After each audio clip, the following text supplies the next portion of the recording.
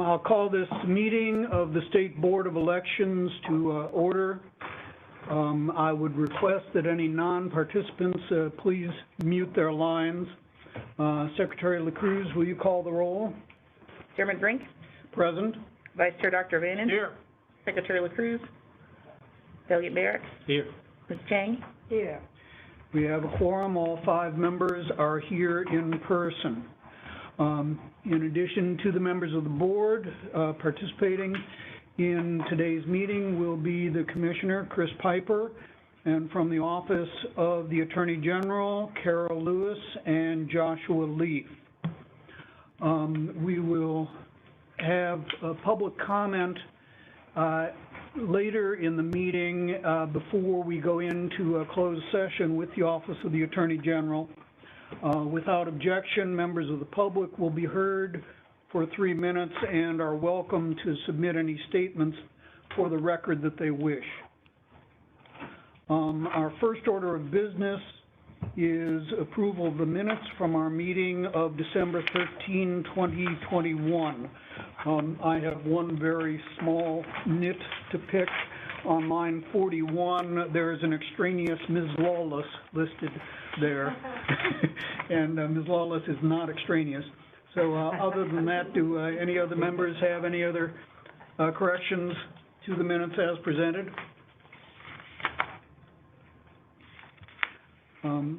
If not, Secretary LaCruz. Is there a motion to accept the minutes with the change made by Chairman Brink? So moved. Moved and seconded. Ms. Cruz, would you call the roll? Chairman Brink. Aye. Vice Chair Dr. Vannon. Aye. Secretary LaCruz. Aye. Delegate Merrick. Aye. Ms. Chang. Aye. Motion passes 5-0. Our next order of business is the Commissioner's report. Commissioner Piper. Thank you, Mr. Chairman.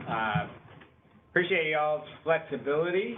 We were scheduled originally to meet last week, and we delayed it slightly, but appreciate your willingness to be so flexible. Along those lines, Senate is about to adjourn, and there's a P&E committee, Privileges and Elections Committee, 15 minutes after adjournment, so when they do adjourn, I apologize, but I'll have to excuse myself. But I think we'll have plenty of time here to get through my stuff. So first of all, Happy New Year to everybody. Man, I feel short. Okay, that's better. I'm already short, and then I don't have the hair on top to help out. So. All right, so as you might have noticed, the Supreme Court of Virginia adopted state legislative and congressional lines. The localities have been adopting lines and continue to do so. We have in place a strong team who is working with the registrars across the Commonwealth to implement the new lines. And so we have a strong process and feel pretty confident about the project and how it's going to go. I think we've made a lot of improvements in the last 10 years, but we've also had a lot of practice because there's been 2 redistrictings in the previous decennial cycle. So we are up and running and assisting the registrars so that they can place the voters in the correct lines. We also utilize GIS, which is something we haven't done up until the last couple of years. So we're pretty excited about how this process is going to go. You're going to get a report, interim report on risk limiting audits today. We did in the last meeting choose 2 districts to do a risk limiting audit. Karen will explain why we're not getting the full report today in her report, but I'm excited to announce that this process is getting smoother. The registrars are getting much more comfortable with the entire process, and I think that it only helps to strengthen the integrity of Virginia's elections. I also wanted to highlight, I think Chairman Brink, you're on the award committee, but here in Virginia we are about to establish a statewide voter registration system to replace our existing voter registration system. We decided in order to engage with our high school students across the Commonwealth we have initiated a naming contest. So those of you who don't know, we have VERIS. It's the Virginia Election Registration Information System, very fancy, VERIS. Nobody in this world wants VERIS 2.0. So we are not renaming it, or not naming it VERIS 2.0. So we engaged with our young students in high schools across the Commonwealth to come up with a name for our new voter registration system. And as I understand it, we've gotten numerous entries, and Chairman Brink, I think you're on the committee, and Vice Chair O'Bannon, along with numerous other folks from around the Commonwealth and at the national level who are going to be looking at these names. We're real excited about that. So I believe we'll have a name, Sarah, in March? We should have announced in March. They'll submit by February 18th. Great. So Sarah Daly is on our team for that and has been immensely helpful in putting that together. The other thing that, as I mentioned, I'm going to have to run across the street here to talk to the legislators as they deal with numerous bills. I believe we have over 110 bills related to elections filed just for us. We're very excited. So I want to praise the policy team, Samantha, Danny, Ashley, Rachel, Franchelle, as well as Dave Nichols, and pretty much the entire agency. It's an agency-wide effort to ensure that we are able to review, analyze these bills, provide information for the administration and for the legislature on the bills and how they will impact us. Also working very closely with VRAB and VIBA to make sure we all understand the impact of various pieces of legislation. Wanted to announce a couple of staff changes. First, I'd like to, they're not here today, but Jim Burfoot is working in our information technology room with James over here and doing assistance with the registrars and their staff, as well as our staff in IT support. Also, Tamara Kidd, part of the reorganization that we did last year, created a new division within the Department of Elections called Enterprise Project Management Office, or the Enterprise Project Management Division. In a nutshell, Enterprise Project Management is going to help the agency understand its capacity, its resources, and manage all of the various projects that we have going on. Not just technology projects, but all sorts of projects from developing new forms to policy initiatives. So we understand where we are burning the candle at maybe too many ends. And so kudos, very excited about Tamara joining on. I did want to let everybody know that our CIO has recently left us, and he is no longer here, but we have appointed Cassandra Harris, who is the Deputy CIO, as our interim CIO. We've already placed on the street that advertisement to get that position filled as quickly. It's a very critical position, but we're very excited. Cassandra has been with us, I think, a little over 2 years, and has done wonderful work. So we're not missing a beat with her at the interim role. Not here, but I think he's attending electronically. Max Berkmuller was a intern shadow here at the Department of Elections. I believe he met with Bob and Chairman Brink and Vice Chair O'Bannon in my meetings with them. And he is a government student at William & Mary, very interested in government public service. So it was an honor to have him come and shadow in our meetings and get to know some folks around here. So welcome, Max. Put on a good show for him, okay? Also, I wanted to welcome Josh Leaf. Josh Leaf has joined the Attorney General's office, and he will be, I think, section chief for the section that oversees this agency with regard to the Attorney General's office. I know Josh. Josh worked with us between 2009 and 2013, if I remember correctly. That 10 through 14. 10 through 14. So Josh was with us during that time, so I got to know him when I was in my previous tenure here. I have a great amount of respect for Josh, and we're really glad to have you back. It's wonderful to know that we've got somebody that's got, experience with elections already, although it's probably a whole different ballgame, as you will find out very soon. But welcome back. Josh, glad to have you here. Do you want to have anything you want to say? I'll say just two things really briefly. First, I'll just thank you, everyone. Thank you, Chairman, members of the board, for Chris. Thanks for that nice introduction. I want to say something off the cuff first, which is that I guess this is the Martha Brissett conference room. Is that right? Mm-hmm. So when I saw that on the invitation, I just was moved. Martha, I worked very closely with her for 4 years. She was a neighbor of a friend of mine, so I would talk to her socially every now and then. And just in her memory, I'm just kind of sitting here today thinking of Martha. That's first. Second of all, just I'm really grateful for Attorney General Miaris for the appointment to be back in the Attorney General's office. This is my third stint, so hopefully the third time's a charm. I was there from 95 through 98 and 10 through 14. I look forward to working with Carol and all of you on the board to, it's such an, what could be more important than election integrity of elections and all that you do, the important work. When I left, it was a 3-person state board of elections. Now it's a 5-person board in the Department of Elections. And I think there's been a few changes in the code over the years. So probably a little catching up to do, but hopefully Carol will help me get to speed. Thank you all. Let me be here. Yeah, thank you, Josh. Really glad to have you. And yes, it's quite a bit different. You are very lucky. We've been serviced very professionally and wonderfully by Carol. She's done a great job since she's been here. And it's always great, as you know, elections isn't a game you just walk into. It's something that takes a lot of time to get used to. And I think, as you'll hear shortly, Carol has been the most litigated Attorney General representative in the history, I think. Oh, yeah. So we'll talk about that in a minute. But welcome, Josh. He's coming in for Heather, for the board members who worked with Heather. Heather's no longer with the Attorney General's office. Wish her very well.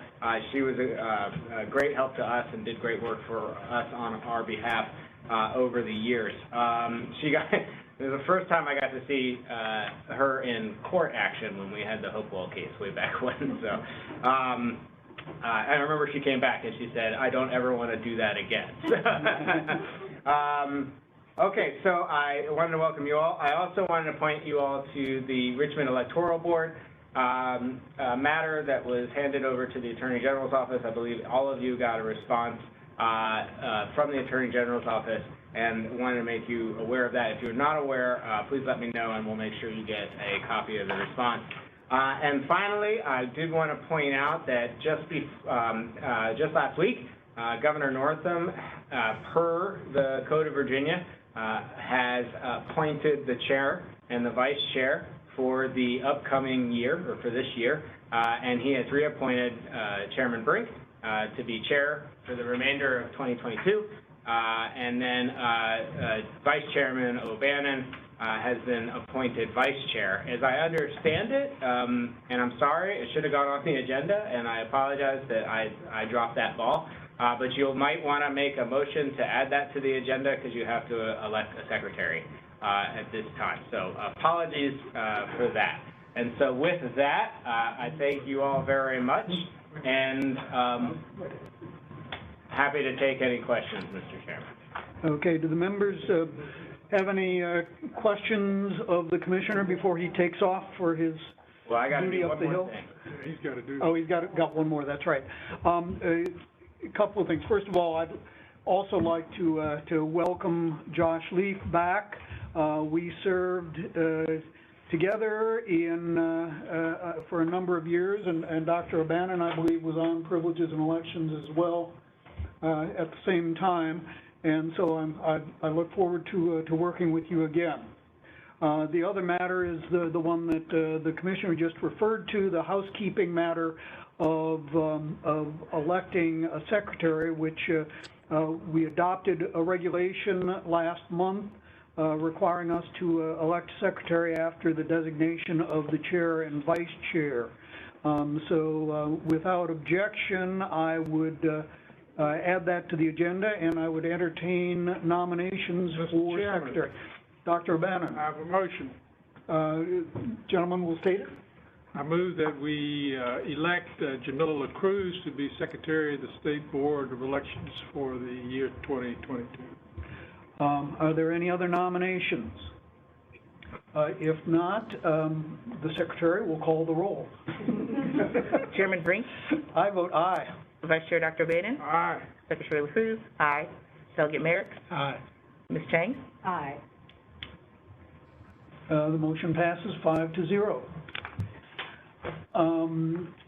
Do the members have any other comments or questions at this time? I'd like to address the Richmond City thing at a later time, All right, very good. since we got Chris. Okay, we will do that at the conclusion. All right. All right, then our next item of business is the department's post-election report. Commissioner Piper. Thank you, Mr. Chairman, I appreciate that. The Senate just adjourned, so if I apologize if I sound like I'm rushing, but I'm rushing. I just wanted to point out, first of all, thank you to Rachel Lawless for two reasons today. First, she is responsible for coordinating and producing this report, so if it stinks, you know, come to me. No, but seriously, Rachel did a great job. This is a very quick turnaround for this report, and I really appreciate the work and effort that she put into it to coordinate all the moving parts to get this done.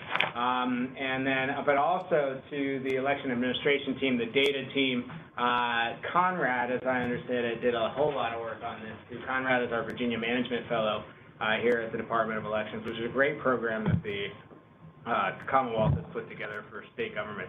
But thank you to all of the team who worked on this a lot. I want to say that we first did this in 2018, so this is the fourth post-election report that we've been in, that we've produced. It is by far, I think, one of my proudest accomplishments in my term here. We must, in order to reinvigorate the voters' trust in elections, or the citizens' trust in our elections, we need to be open and transparent. We need to not hide anything about warts and all of the election. All elections, I think, are run efficiently. They're run smoothly by professionals, and we can trust those results. But there are always things that we can learn from every single election. So wanted to highlight a few things here. So if you'll go with me, I'm going to be on the actual page numbers, which will be in the middle of the bottom. So I did want to point out on page 3. We were one of 2 states in the U.S. in 2021 to host a statewide general election. We felt that not only was this an important election to determine the leadership of the Commonwealth, but also served as a barometer for the entire national elections community. To say all eyes were on Virginia is an understatement.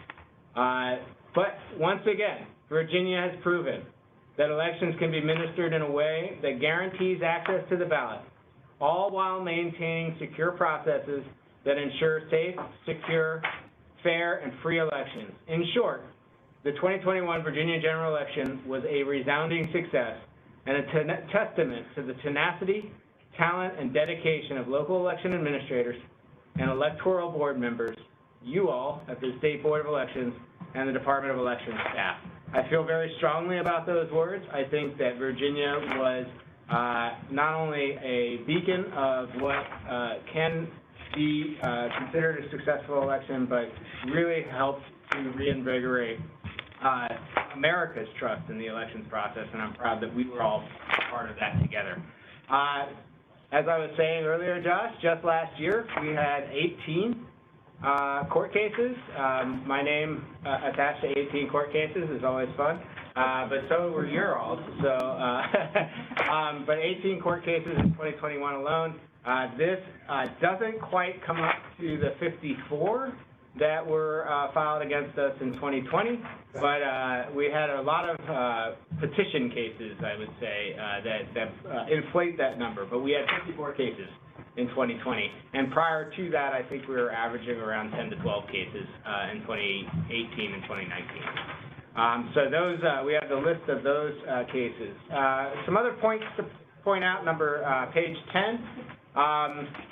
I think that we always see after the year after a presidential election and a gubernatorial election that participation decreases. However, we in Virginia, because we are so wonderful and we do it so well, we decide to have elections every other week. And every year we have a November general election and a big one. So I look at the previous year, a similar year. So in 2017, we elected governor, and we had an increase. I'm sorry, we'll go to page 12 first. You'll see an increase in the participation by 24%. So 24% more voters turned out in 2021 than they did in 2017. And you'll see that the total number of percentage of voters, almost 55%. This is almost unheard of. In fact, it is unheard of since the National Voter Registration Act, or as we like to call it, voter, which obviously increased the number of people on our voter registration rolls because it made it easier to register to vote. We're seeing year over year since 2017 an increase in almost record numbers of participants. Turning back, to page 10, you'll see that while we had a decrease in the number of new registrations in 2021 over 2020, we did have an increase from 2017, so 258,000 as opposed to 183,000. And we saw an increase, and this isn't noted in the post-election report, but I just happen to know this. We saw an increase in the total number of new registrants that cast a ballot in 2021 over previous years. Moving along, as far as highlights are concerned, there's a lot of information. I would point out that our team in the Election Administration Division, as well as our partners out in the field, the voter registration directors of elections and general registrars, we've seen an increase in the compliance of various election administration tasks, and that's shown throughout here. So that's exciting. But I would point to page 36. Wanted to highlight for you all and encourage you to read through very thoroughly our voter education and outreach initiative. The General Assembly with the Virginia Voting Rights Act appropriated funds for us to do this, and then in the 2021 special election in August, additional funds were allocated to the Department of Elections for voter education and outreach, and this outlines that plan. A special shout out to Andrea Gaines, who is our external affairs manager. She coordinated all this, and she had to put up with me, who never says no to any interview or any meeting with any sort of group that wants to hear about the voter registration process here in Virginia. So we did a lot of voter education and outreach, including op-eds, commercials. Some of you, if you were in Richmond and throughout anywhere but Northern Virginia, you would have seen some of our commercials out there. And then we did a lot of rural radio partnerships and additional spots in local papers and communities. We also worked with the Asian Advisory Board as well as the Latino Advisory Board to address where we could reach out to those community members. Not last, but certainly close, we'll move on to some of the issues that we highlighted this year, starting on page 39. Point out our absentee ballot tracking and ballot scout. We have been, as in August of 2020, when you all approved the regulation requiring intelligent mail barcode and the tracking of absentee ballots through the mail. It's great for the voter who is tracking to see where their ballot might be in the process. We made some improvements to that to certainly improve the voter's ability to see that process, but we did see issues, and the USPS did have a lawsuit with the Democratic Party with regard to ballots not being delivered in a timely manner. So, and that information was provided through that ballot scout and ballot tracking. We look at some of the localities. I don't want to go through those in depth, but I will point out you all are well aware of the situation that occurred in Charles City County. Charles City County, the registrar and their assistant decided, well, we're no longer employed as of Friday, the first day of early voting. I highlight this not because, first of all, that is an issue, but I really want to highlight this because it's such a telling story about the amazing community that we have here in the Commonwealth of Virginia when it comes to election officials. When this issue came up, immediately within 24 hours, we had the support of staff including Gary Ellis and the one and only Tammy Alexander, who you will hear far too much from today. No offense to her. But she, having been a former electoral board member, Gary Ellis, who has been here for 30 years, and then we had several registrars show up. The one from Don Wilmoth from Petersburg, Walt Latham from York County, I think Jason Corwin from Mecklenburg showed up from afar to assist. So we had several staff and election community members that picked up the extra effort in the midst of all that they were doing to support the Charles City County office, and everybody can agree that we were able to comply with the requirement that absentee ballots start on time there in Charles City County.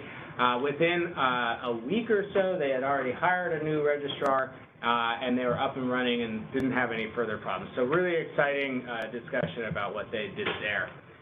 We're all aware of the insufficient number of ballots. Several localities ran out of ballots on election day, but in every single case, they were able to adjust and get ballots to the polling places. And while there may have been some delays in some localities, for the most part, voters were minimally impacted. But it's something to learn from and understand how we can improve with going forward. So finally, on page 42, we have summary of suggested best practices and recommendations. First, increased training and instruction in the reporting of absentee cure process into Veris to ensure uniformity. I didn't go through it today, but it's still a new process, and we're still working some of those things out to ensure that we make that a very efficient process, not only for the voters, but for the localities to efficiently administer that process.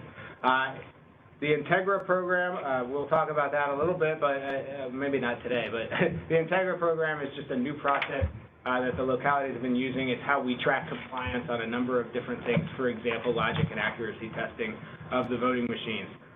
Reporting, uniformity in the reporting of election results, particularly with early voting totals, educate the public on election processes.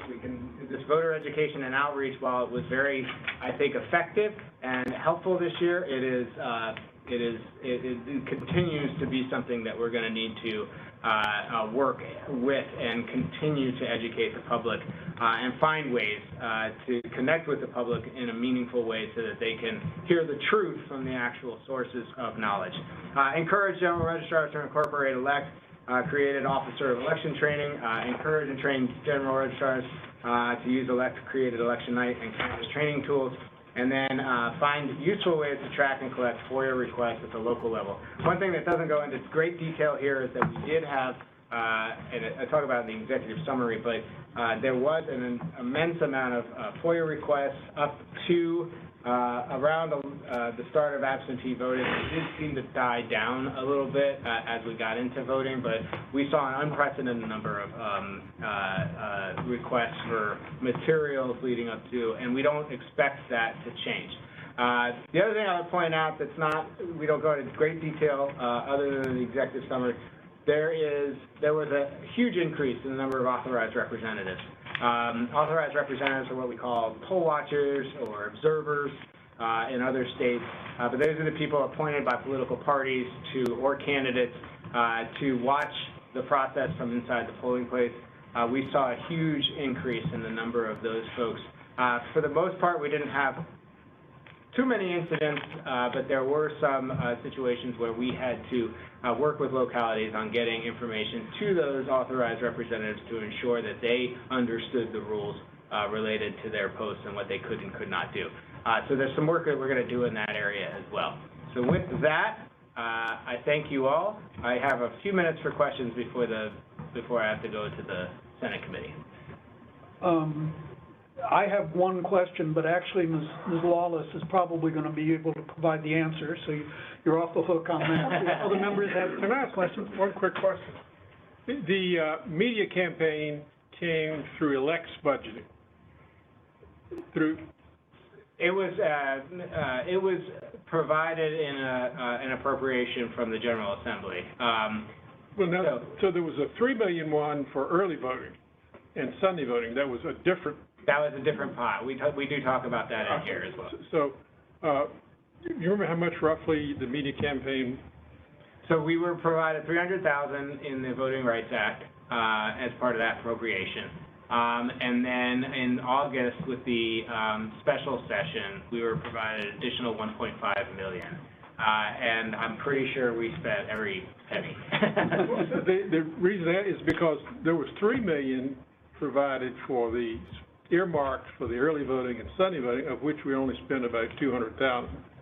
That is correct. We had a grant program. There was $3 million allocated for a grant program for any locality that wanted to expand their early voting or provide Sunday voting. And so they applied for those grants, and then we responded. If they met the criteria, then we provided the cash. So in the grand scheme of budgeting and appropriations, that's some things that ought to be on somebody's radar screen upstairs going forward.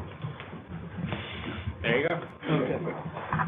With that, I thank you, members of the board. I apologize that I do have to leave, but Rachel will ably assist you along the way. So enjoy the meeting, and thank you all. Thank you, Commissioner, and as Dr. O'Bannon said yesterday, keep them honest. Out of my job. Above your pay grade. Yeah. All right. Ms. Wallace, I just had one small question. On page 14, you have how votes were cast in 2021, giving a breakout of election day, early voting, by mail, curbside, and provisional. Sure. I was wondering if you could provide us, as far as I'm concerned, the big story historically has been the shift to early voting over the past couple of years. Could you provide maybe, I don't want to micromanage, but maybe by pie charts, what those different classifications have been for 2017 and every year up through 2021? Sure, I can work with EA and the data team. That'd be great. I should probably look actually at older charts as well, but it might take a little finessing. So Okay. we'll get back to you on that. Okay, that's great. Yeah. Thanks. Additional comments or questions? Does any member of the public wish to be heard on this item? All right, very good. If not, the next item on our agenda is the designation of minority language covered localities. Ms. Buckley?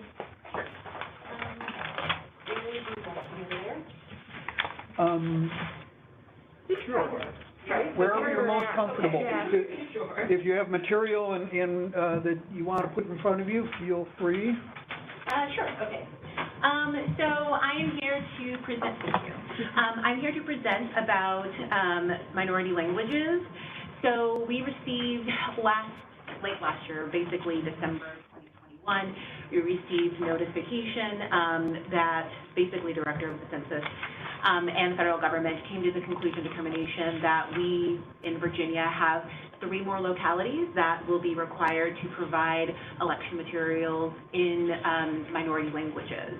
This time around it is Manassas City Park, and Prince William County, and each of them will be required to provide election materials and voting information materials in Spanish.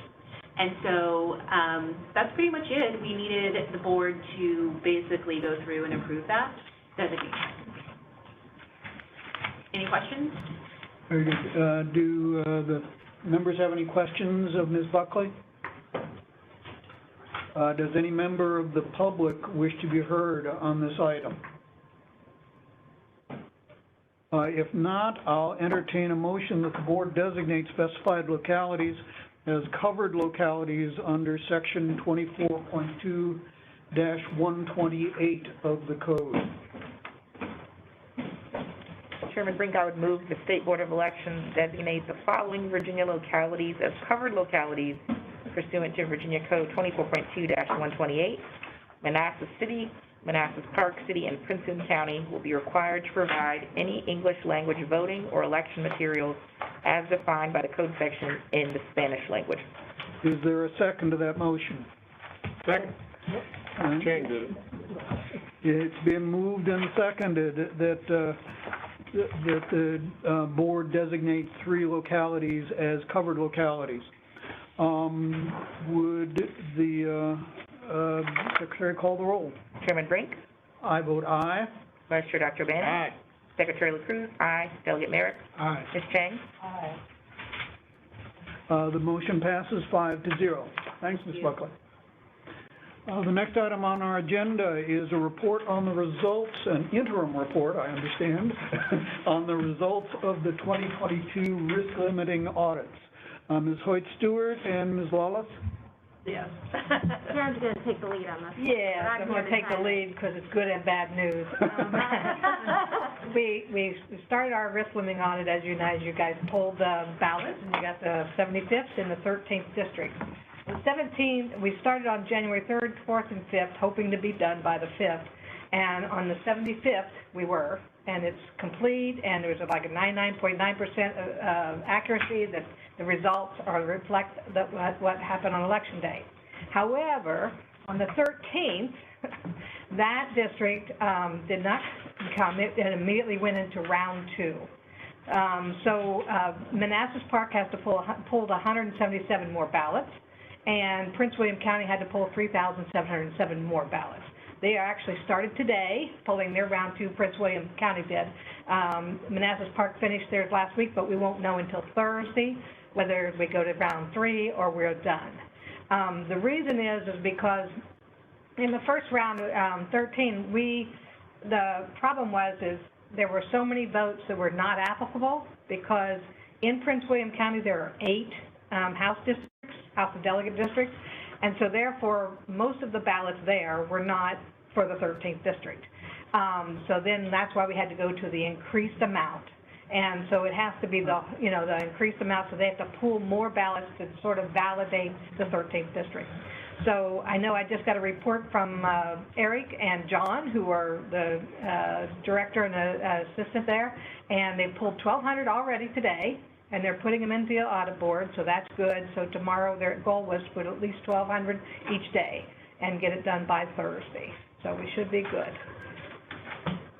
Okay, so as I understand it, they're pulling additional ones. Now, will these also have the same defect, if you want to call it that, of being They will, but because, allocated among 8 different districts? right, but because it's a higher quantity, results should be more valid. But however, we could go to around 3. Got it. All right.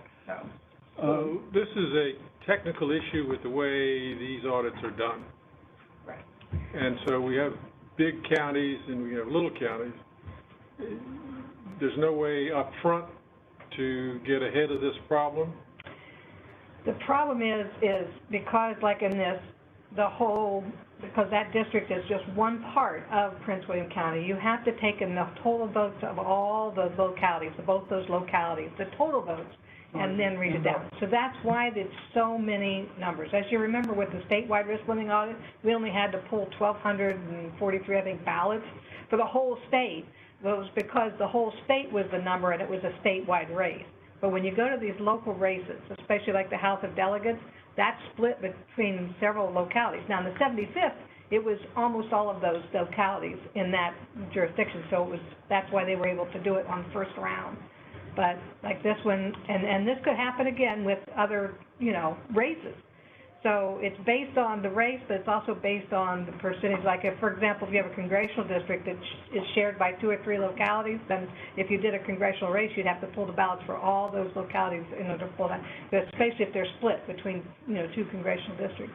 I'll have to pass RLA 101 to ask any more questions. Yeah, I got it. All right. Do members have additional questions? Does any member of the public wish to be heard on this item? If not, thank you very much. And at our next meeting, which is March 1, you'll be back with the final results. Right, we will. All right, very good. Thank you. Thank you.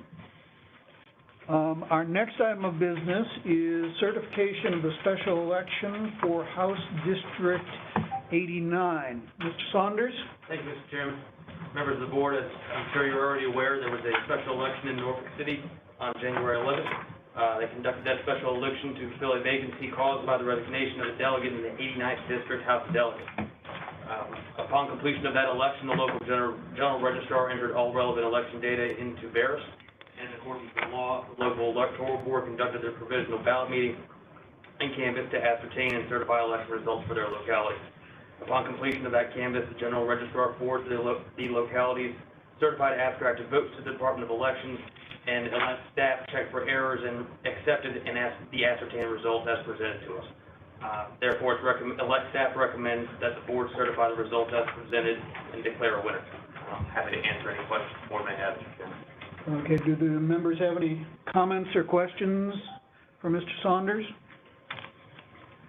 Does any member of the public wish to be heard on this item? If not, I'll entertain a motion that the board certify the results of the special election in House District 89. Mr. Chairman, after reviewing the abstract of votes cast in the January 11th, 2022 special election for member House of Delegates District 89, I move that the board certify the results as presented and declare the winner. Is there a second to the motion of the gentlelady from Norfolk? Second. It's been moved and seconded that we certify the results of the special election. Will Secretary call the roll? Chairman Brink? I vote aye. Vice Chair Dr. Bennett? Aye. Secretary LaCruz? Aye. Delegate Merritt? Aye. Ms. Chang? Aye.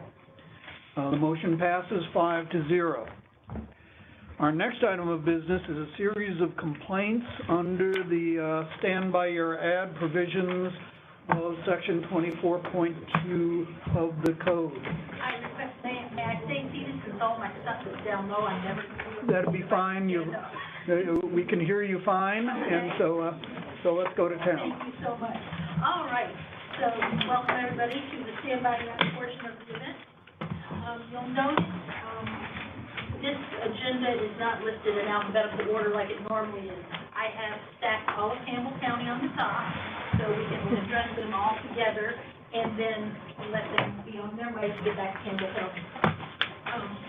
And you'll also see that there are 16 cases of press media. There is one for television/video, and that is, and yes, you're welcome, Dr. O'Bannon, because it wasn't 56. I got it down to 17. So we can go, because I know you were concerned at one time. We want to stay focused today on stand by your ad issues itself, that is the paid for and authorized portion of the advertising. We are not concerned about color. What I did to get that number down, I asked myself, is this a CFDA eligible case? That means towns bounce out immediately because they aren't required to file campaign finance disclosure act information. So they automatically came off the list. Then I asked myself, is it an SBYA complaint? Is it a stand by your ad complaint? It doesn't concern themselves about the color of the ballot as long as the ballot is not white. I did not concern myself about the placement of the ads, where the ads were located, because that's not SBYA, or anything regarding reporting of the ads on campaign finance reports, because again, that is not SBYA. Then I asked myself, is it express advocacy? Does it expressly advocate the election or the defeat of a clearly identified candidate? If yes, or then if we didn't go down there, is there disclosure? And if yes, what does it say? That's what we have before us today. That's got us down to these 17 items. So our first one today. Thank you. I'm all right. Roll on up. All right. Thank you. Couple up, you guys. You ready? Tammy, you want to come up here where the mic? Yeah, what? I'm gonna have to. Yeah, come sit up here by the microphone. Okay.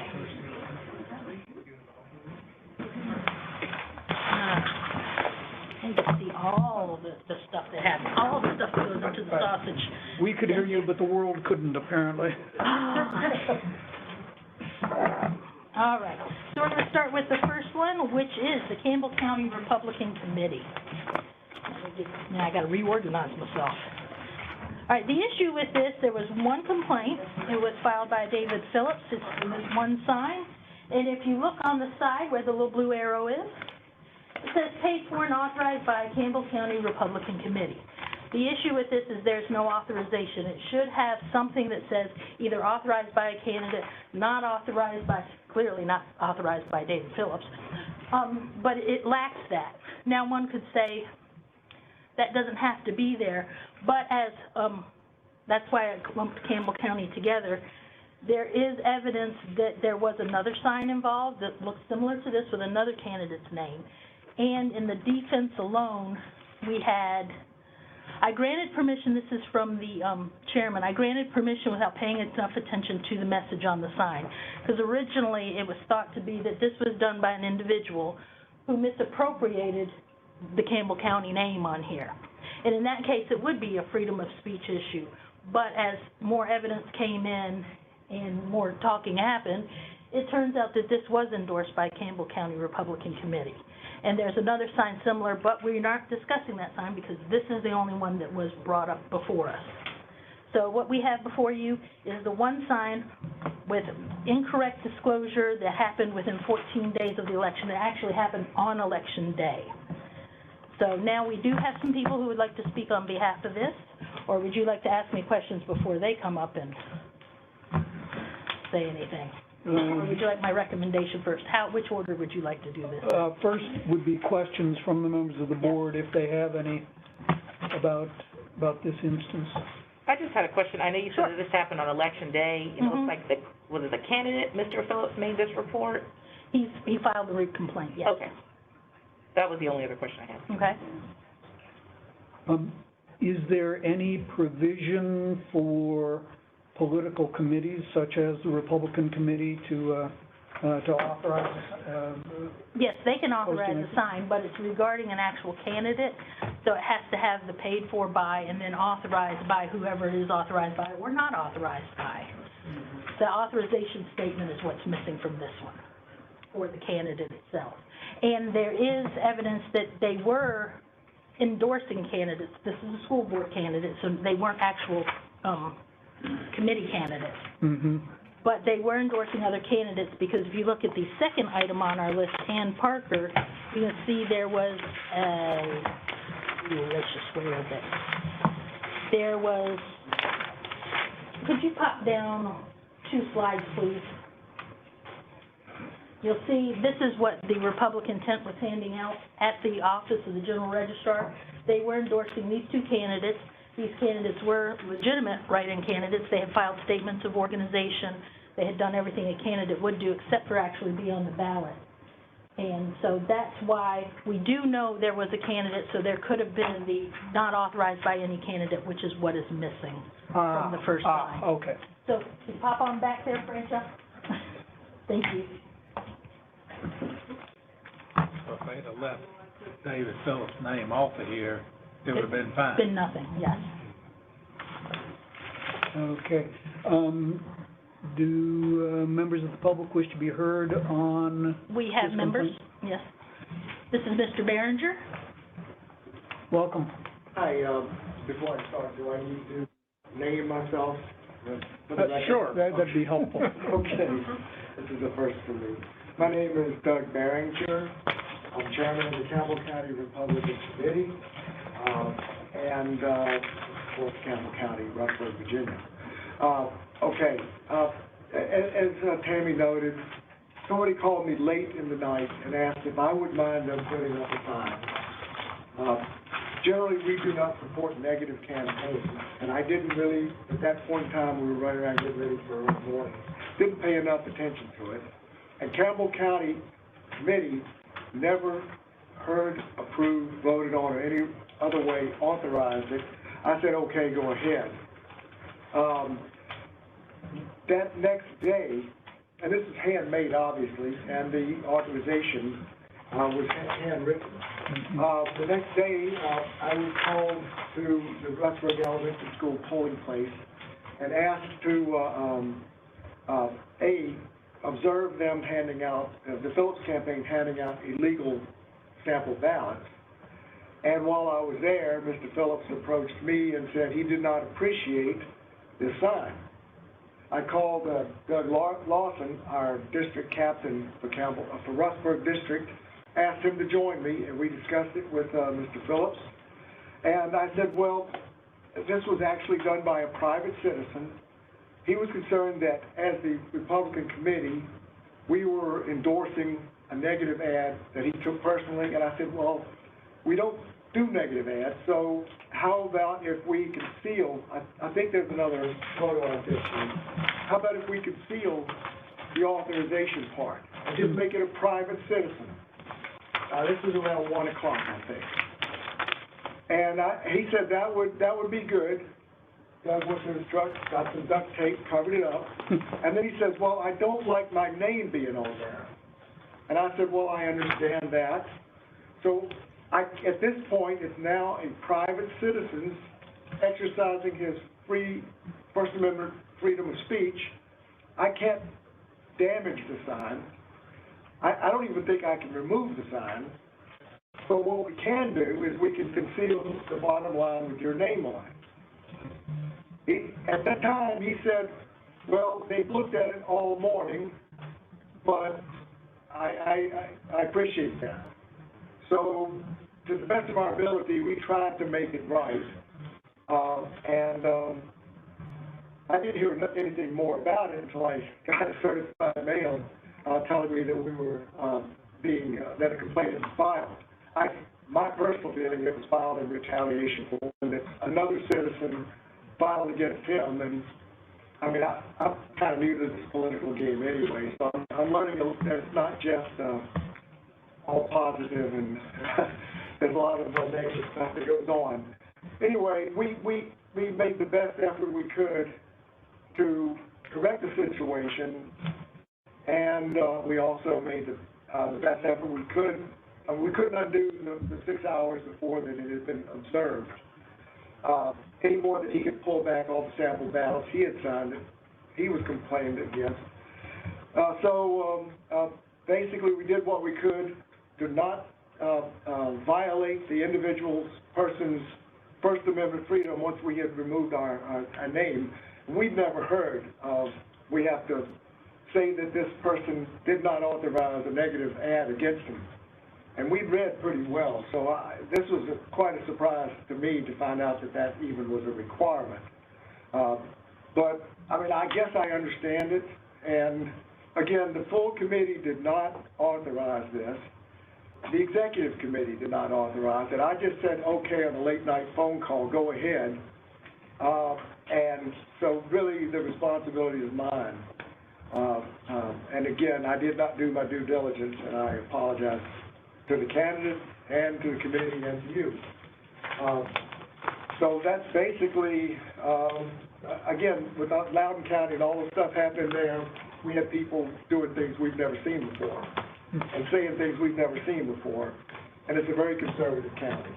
So people probably got fired up a little bit and out of hand. And lessons learned. But I would just ask, and also, it looks like we were potentially could be charged under paragraphs 3, 4, and 5, well, Articles 3, 4, and 5, which have to do with radio, TV, and phone banking. And the only thing that we did was signs and sample ballots. And this is the only one we were actually complained against. So hopefully you'll withdraw any potential fines for things that we did. We don't have the budget for even. I guess that sums it up. I had a nice long document, but I won't read that to you. Are there any questions I can answer? Well, first of all, thank you for coming over. If you wish to, you can submit your statement for the record.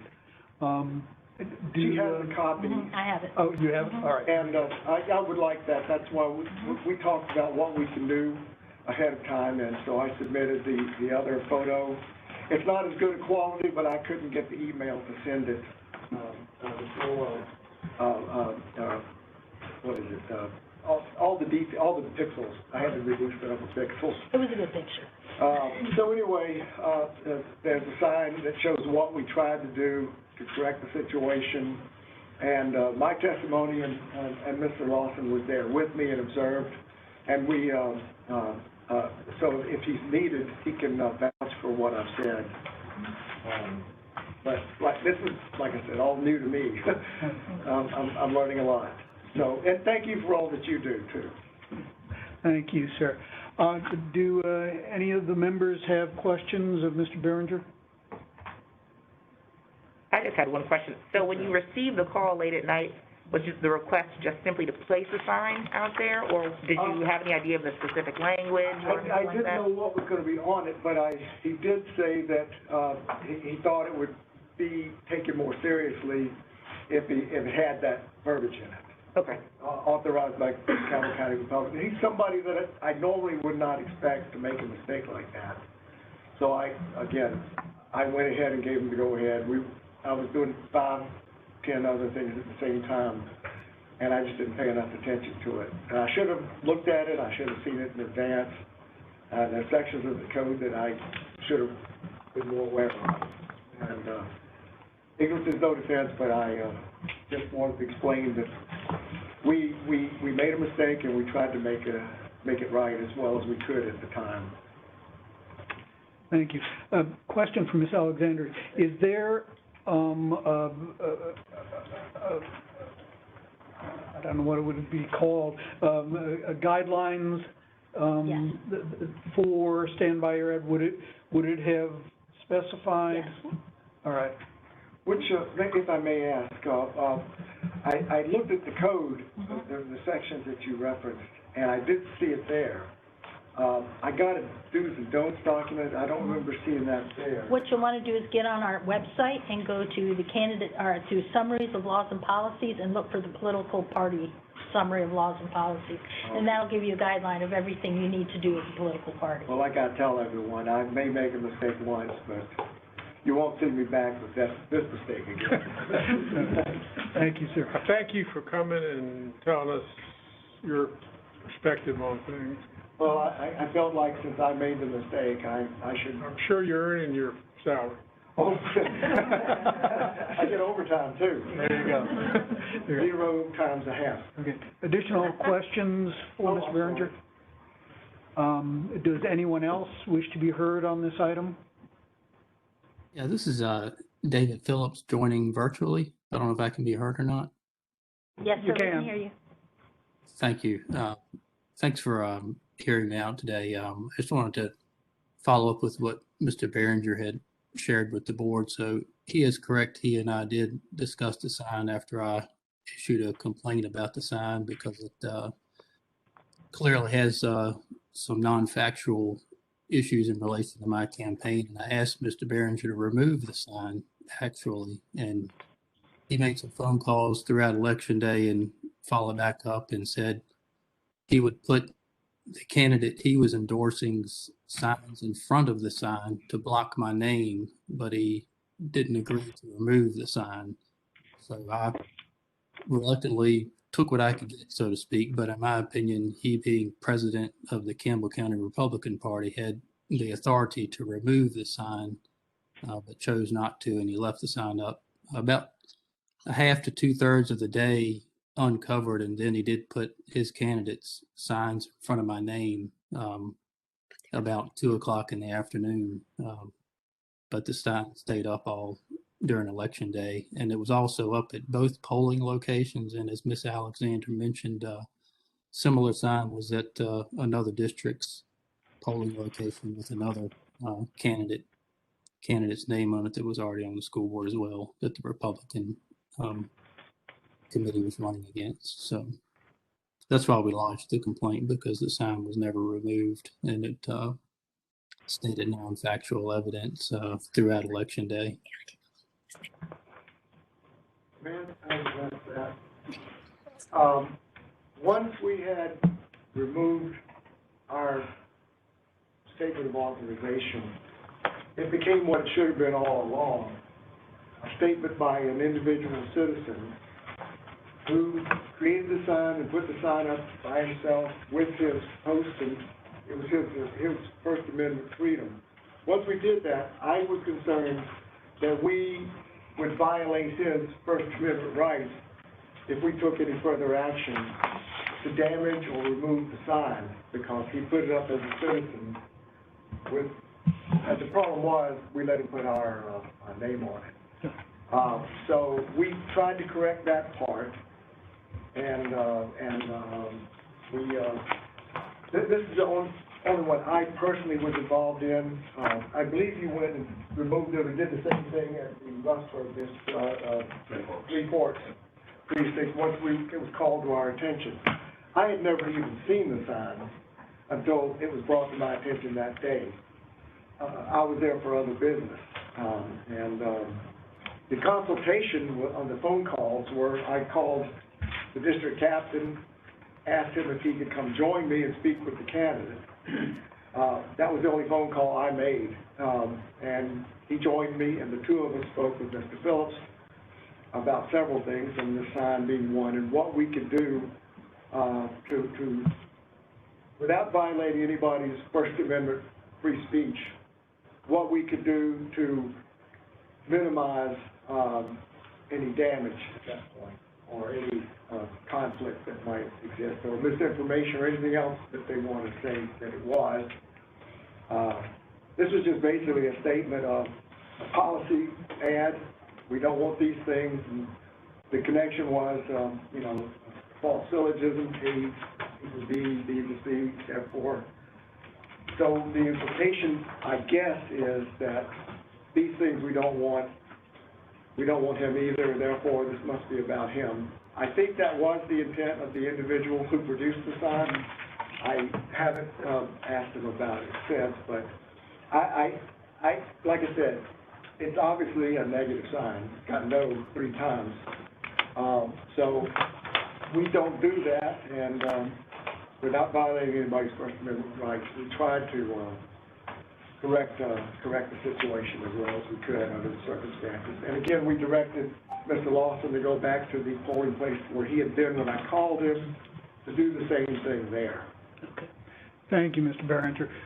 What we have under consideration is the question of whether or not the initial sign complied with the requirements of the code for authorization and attribution. So, and the question there is authorization if it's personal and not the committee, but it says authorized by the committee, but the committee didn't authorize it. Does that have any bearing?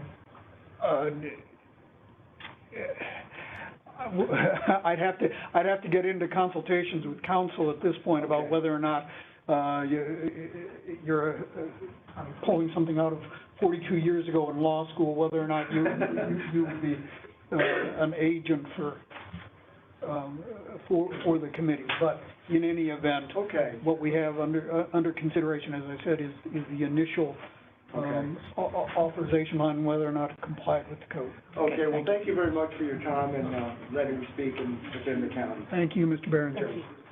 Okay, so relevant facts on this are, will you go to the next one, please? We have one sign, that's it. This is their first time before the board, so that can mark it down to $50 per violation. And it was within 14 days of the election. It was actually election day. So that means it would double the penalty to $100. But since this was, if you don't feel this has harmed anyone or been an egregious violation, you can reduce that down to $25 and double it due to the timing of it being within 14 days of the election, and it would just be a $50 penalty.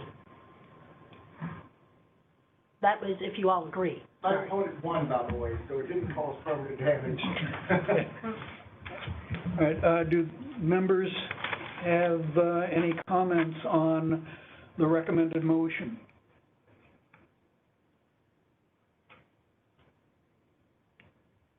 If not, I will entertain a motion to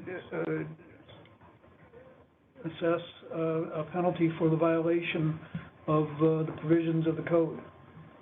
Mr. Chairman, my feeble opinion is that, he's definitely shown remorse, and they tried to rectify.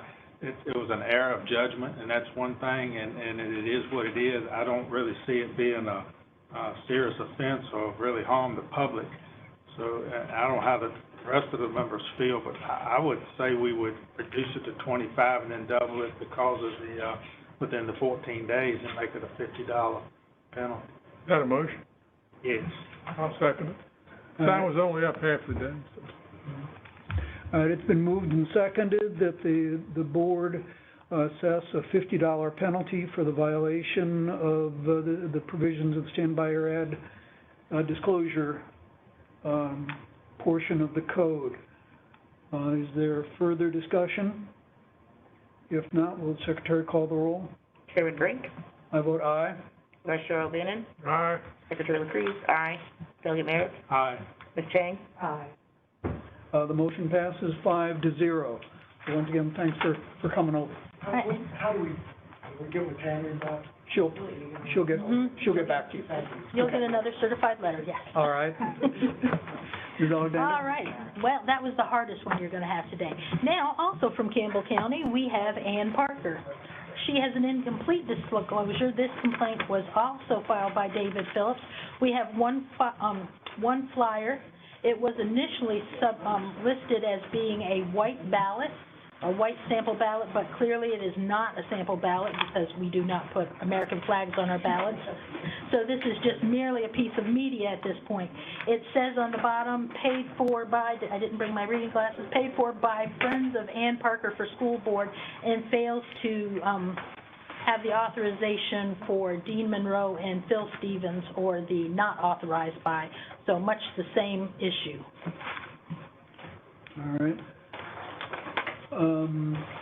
Does any member of the public wish to be heard on this item? Ms. Parker is with us. Ms. Parker? I'm Ann Parker. I wish I was meeting you under different circumstances, obviously. I did submit a whole lot of fun stuff to Miss Tammy, and I do have multiple copies if you'd like me to hand them out to you. You may have them all in your binder. I have boiled all of it down to what's actually stand by your ad violation, yes. Okay. So I'll probably, with your permission, hand out my little packet of information. I'll take it and put it with all their information. Okay.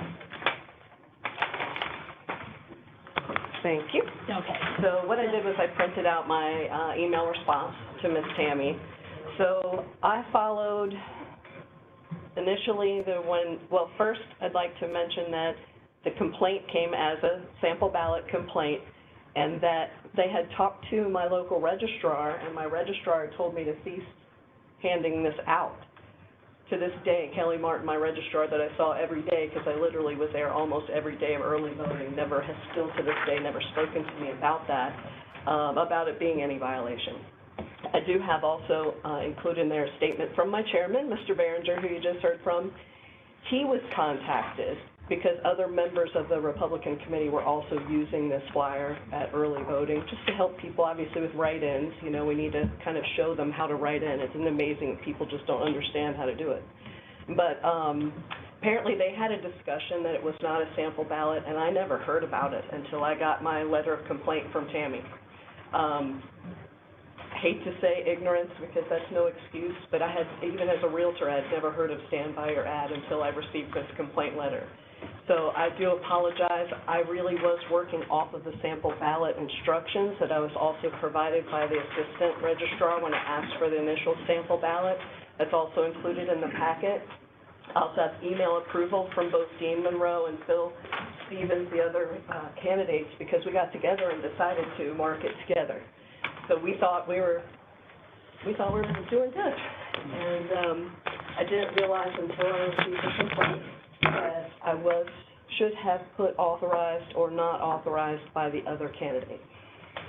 And so I do apologize. There was no malice of intent. I was never notified during the process that anything was wrong. Otherwise, I would have absolutely corrected it. And I'm happy to answer any questions. Thank you, Ms. Parker. I have a question back from Ms. Alexander. Is this reflected in the candidate bulletins? Yes. This is all in it's not in the candidate bulletins, it's in the summary of laws and policies for candidates, which they are all encouraged to read. Okay. I think we need to talk about how to disseminate word about the existence of these documents. Yes, these are all linked in the candidate bulletins, and everyone who calls into me, and they are we do tell everyone to read them, and we link it to it, and even one of my colleagues, Risa Miller, and in our CSDA emails, when someone sends in a question, all replies come back with those links in them. Okay. So I just asked questions of my local registrar, right, because I was focused on doing a proper sample ballot, and I I never even knew it, I'd crossed over into another atmosphere. And this, you guys are aware, Stand By Your Ad is solely your business. It has nothing to do with the general registrars. The general registrars are out of Stand By Your Ad. So, Yeah, thank you, Tammy. you should call me next time. Yes, I'll run everything by you next There you time. go. Do members have any questions of Ms. Parker? Thank you, Jen. Okay, thank you. Does any other member of the public wish to be heard on this item?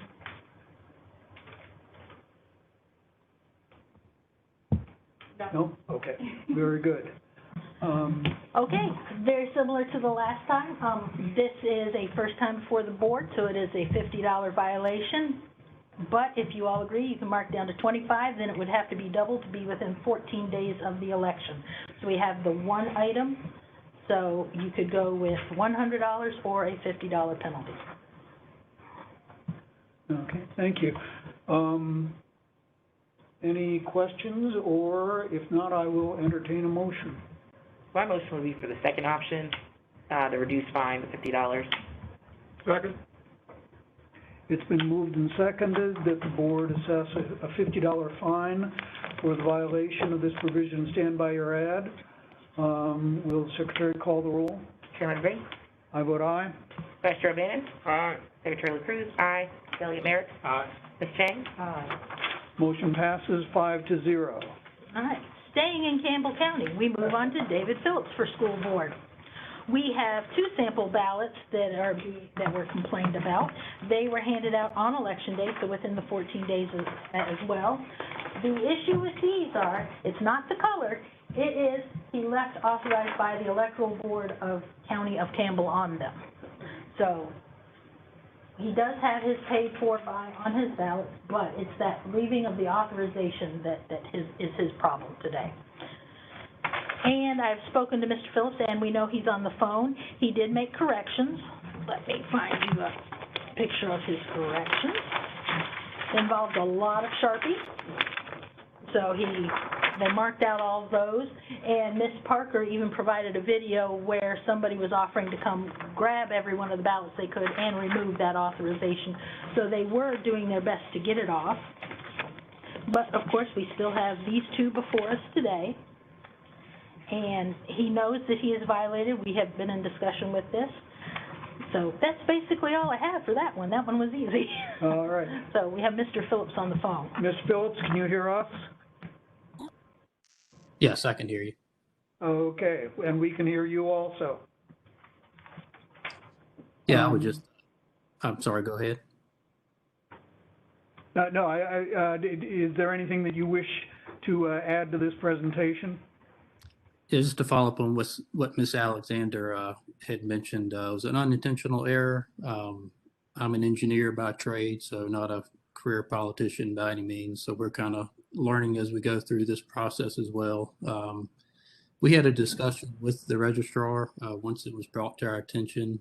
It was an oversight that we had left the electoral board authorization at the bottom of the ballot. And once we were made aware of that, we talked with our local registrar. She gave us guidance to redact the authorization statement. So we blacked it out with Sharpie marker. We pulled those ballots, sample ballots, and blacked all of that out. And then per her recommendation, we continued to hand them out after we had made that redaction. So once we found out about the unintentional error, we corrected it right away and moved forward after that. So again, that was, as I told Ms. Alexander, it was a mistake that we admit to. It was an oversight on our part, and we corrected it once we found out that was there. So, thank you, Mr. Phillips.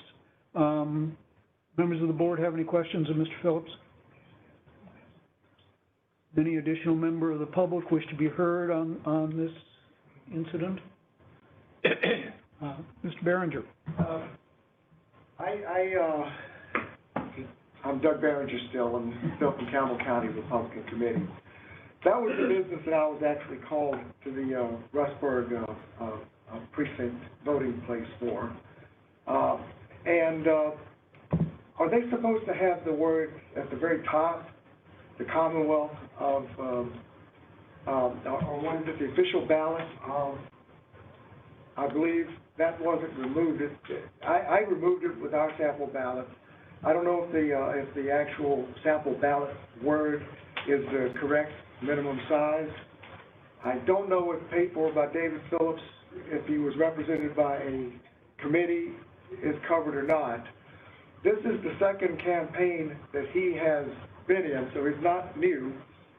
And the reason we got involved with Ms. Parker's, quote, sample ballot was because the Phillips campaign confronted me outside the registrar's office and accused us of handing out sample ballots and cited a number of different sections from a do's and don'ts document, as it turns out, which indicates to me that they had more than a little bit of awareness of this and tried to use it against Ms. Parker and her campaign.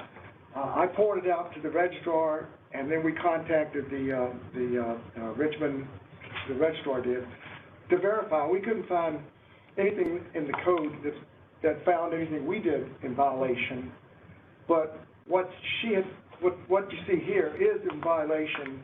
And to be honest, Mr. Phillips complained that we didn't make a change or an effort to correct our mistake until 2 o'clock, and he seemed to take umbrage with that. Well, that's when they made their change. They handed it out all day as well. So I guess I would just want to add that to the record. They definitely had investigated and studied what the requirements were, because they tried to use them on us. Good. Thank you, Mr. Barron. Thank you again. Ms. Parker? Yes, again, Ann Parker. And the only thing I wanted to add is the same thing about knowledge. They were outside at early voting and discussed with Kelly Martin and the other registrars. You know, we had open communication with them every day. And when they would have had to ask the registrar's office, either in person or by mail, to access those sample ballots. And in my defense, it's obviously a different case, but I had the email from Keitha, the assistant registrar in Campbell County. When she sent out sample ballots, she clearly puts on there, and I would seriously doubt she would forget to put it on there when she's sending it to a campaign, that if you're going to reproduce the sample ballot and the instructions, and that email is in my packet if you'd like to refer to it. Thank you. Thank you. Any additional member of the public wish to be heard on this item? If not, Ms. Alexander? Okay.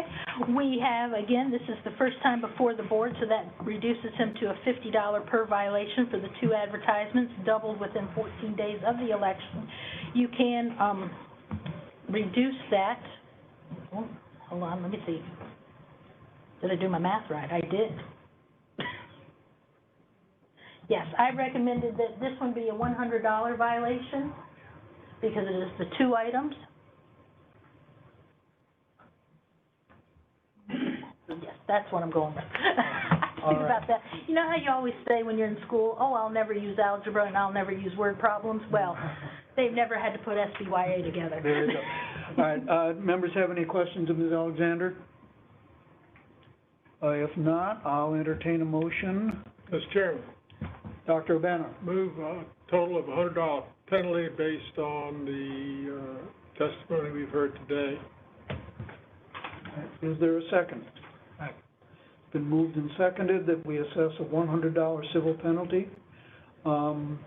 Would the secretary call the roll, please? Chairman Brink? I vote aye. Vice Chair Manning? Aye. Secretary LaCruz? Aye. Delegate Merrick? Aye. Ms. Jang? Aye. Motion passes 5-0. I saw the look in your eyes. It does look like it's doubled, but that's because they left the authorization of the Campbell County Board. So it made it look like the Campbell County Board was endorsing this. Mm-hmm. So, yes, I can see the math happening in the heads here. All right. We're still in Campbell County, and we're going to discuss Denise Gillette now. Excuse me. The complaint was for 3 signs, but Ms. Gillette sent me some information that showed that she had put her authorization on the back side of the sign. So either what we're looking at here are signs that have the authorization on the back, which is acceptable for the red signs, or we have one sign that has not been disclosed. Now, normally when I look at the signs, I try to determine if we're looking at front and back, and based on the pictures I was provided, I could not tell. So either these are two signs with disclosures on the back that were not being shown, or it's one sign that has no disclosure. And then Ms. Gillette herself admits that the big sign does not have disclosure on it at all. All right. Does any member of the public wish to be heard on this case? Can I ask a question before she Yes. speaks? Did she send you a disclosure from the back of the sign, or is she just saying it's? No, I had a picture, and I'm sorry I did not bring that picture down with me today. Okay. Let me see, am I in the right folder? I've got so many. Campbell started to get all blurred together. And also for added information is the complaints against Ms. Gillette came in on September 15th and September 23rd. Ms. Gillette withdrew from the race on September 23rd. Jamie, can I ask a question? Yes, sir. As long as we've been doing this, there must be some accepted thing on signs. If the sign is the same on both sides, it still needs to have the disclosure on both sides? No, it only has to have disclosure on one side. So the issue on the left two is? Yes. I'm sorry, I forgot to bring down the picture. She sent me a picture that she has when she withdrew from the campaign. She picked up all her signs, she threw them in her garage. She went to her garage, took a picture of them all stacked up or wherever she has them stacked, and you can see where all the tags are on the signs and where they're peeling off. And she says, I only put them on one side because I was only required to put them on one side. And that's true, she only has to have it on the one side. So then why are those left two before us? If That's what was given to me. Those are the two individual pictures that were given to me. So either the back sides of those have the sign on it, or they found the one sign, the back and the front. They did not say what it was. And based on what Ms. Gillette sent me, I am under the opinion that that is probably one sign. well, the complainant's in the room. No, he is not. Well, one of the complainants is in the room. There were so many complaints. Mr. Behringer is here for one of the signs, for the back of one sign and the blue sign. Is Mr. Carwile on the phone? That was Ms. Gillette's opponent. Mr. Behringer filed this complaint on the 23rd, which is the same day Ms. Gillette filed to be removed from the, well, not removed from the ballot, but withdrew from the race. All right. Ms. Parker? Yes, I wasn't planning on speaking about this, but Ms. Gillette was competing in my district, the Timberlake District of Campbell County. I'm a real estate agent by trade, so I'm on the road more than truck drivers during the day. And I can attest to that I never saw a paid-for buy on either side of any sign, and I'd like to contend that those were added after I don't know for a fact I wasn't physically there, but I can tell you that big sign, she had like 7 of them. None of them had the disclosure on them. Some of them were on the same parcels that my signs were on. And the little red ones, I mean, they were like little teeny-weeny signs. My neighborhood had them, and I never saw a paid-for ad.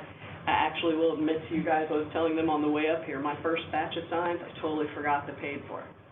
So I went and got little stickers and went out 100, put 100 on. They started falling off. I went and put tape over top of them. It started falling off. I wrote it in Sharpie, and then had to go back. So I really was meticulous in that. So I was also when it was brought to my attention, I was paying attention, and I never saw a paid for on any of her signs. Thank you, Ms. Parker. Based on the pictures that were sent to me, those signs with the stickers had been out in the weather for quite some time. The paid for and authorized sticker was on her signs, and they were very weathered.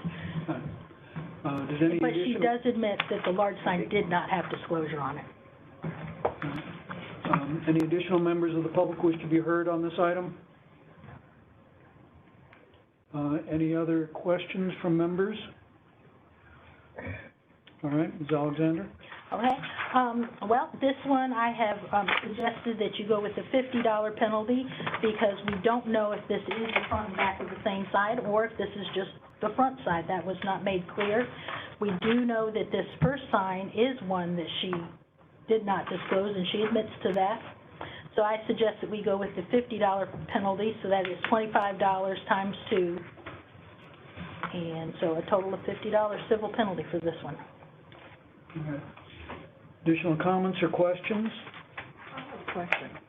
You say on one side doesn't have the authorized deadline. Right, a sign is only required, you only have to have the one disclosure statement on a sign. So it could be on the back. So it's only one sign? Yes, that's how it's been historically presented before the board before. Then when you have two violations? That's the thing, we don't know, from looking at the way it was presented, we don't know if this is the front and back of one sign, or if this is just the front of a sign that disclosure was on the back. We don't know. But you just said that she sent a picture of what? She sent a picture of all of her signs stacked up in her garage, and they have the stickers on them, and they're very beat up stickers. Okay. So when the complaint came in, she removed the signs the same day. I don't know if she removed the signs the same day as the complaint came in, but you could tell those stickers had been there for some time. So I don't know. But I would go with the 50. And she was only in the race for a few weeks, so the signs were not out in the weather for a long time. Additional comments or questions from members of the board? If not, I'll entertain a motion.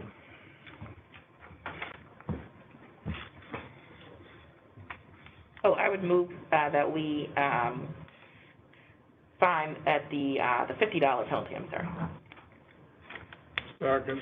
It's been moved and seconded that we assess a $50 penalty for the violation. All those in favor, the secretary will call the roll. Chairman Brink? I vote aye. Vice Chair O'Bannon? Aye. Secretary LaCruz? Aye. Delegate Merritt? Aye. Ms. Chang? Motion passes 5-0. Thank you, Campbell County. Tammy, do we need you to escort us to the door? Somebody needs to sign the out. Good point. Yeah, somebody's got to release them. Responsible for us. Yeah. Thank you all for the visit. Thank you for coming. Thanks for coming over. I'm sure that covers all of your costs, right? Thank you for what you do. I have a lot more appreciation than I had no idea. Thank you. And Doug, don't forget your coat.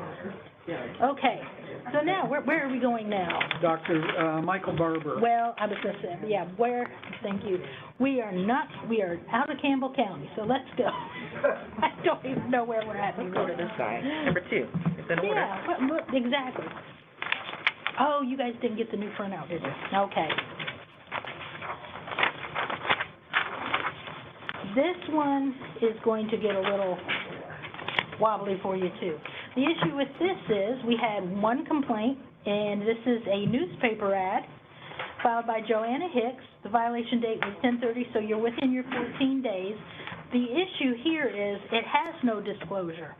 Mr. Barber, though, said that it did have a disclosure when it made it into the paper, and we also have a note from the paper from, who are these people?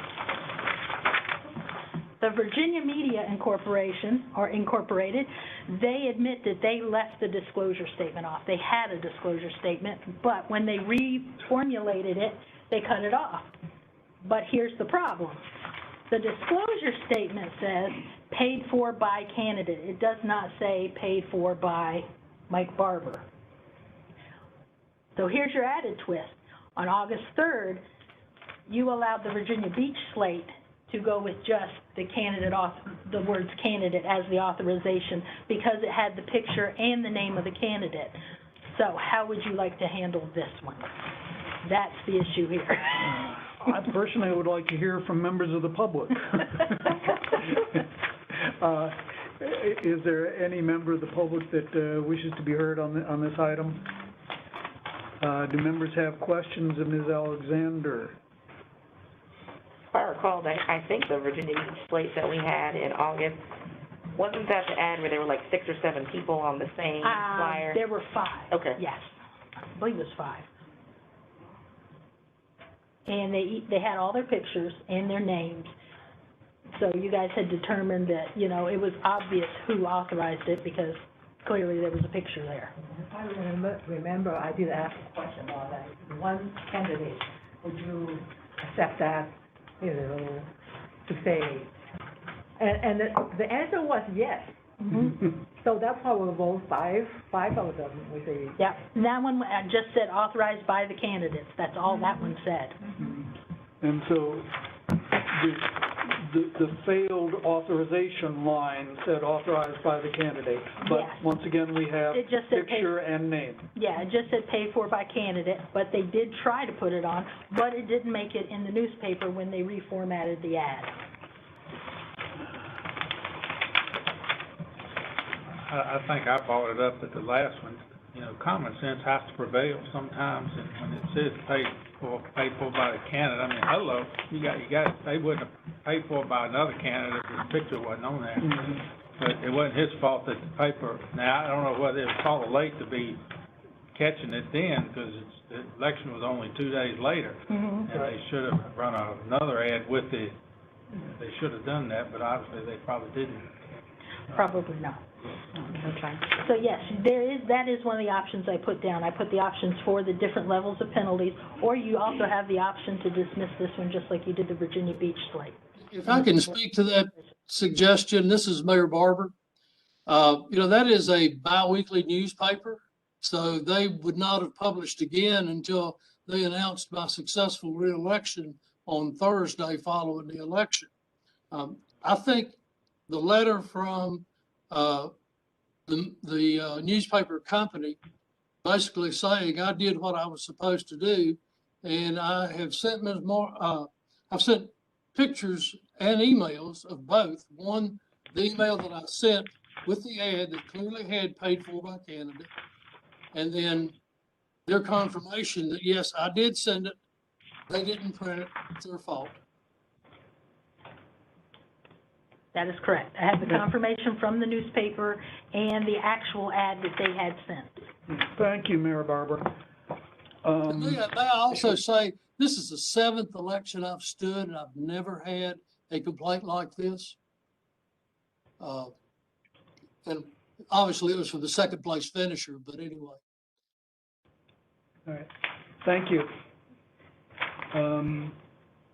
Additional comments, questions? I'll entertain a motion. To dismiss. But I would move that we just dismiss this with no penalty. I second it.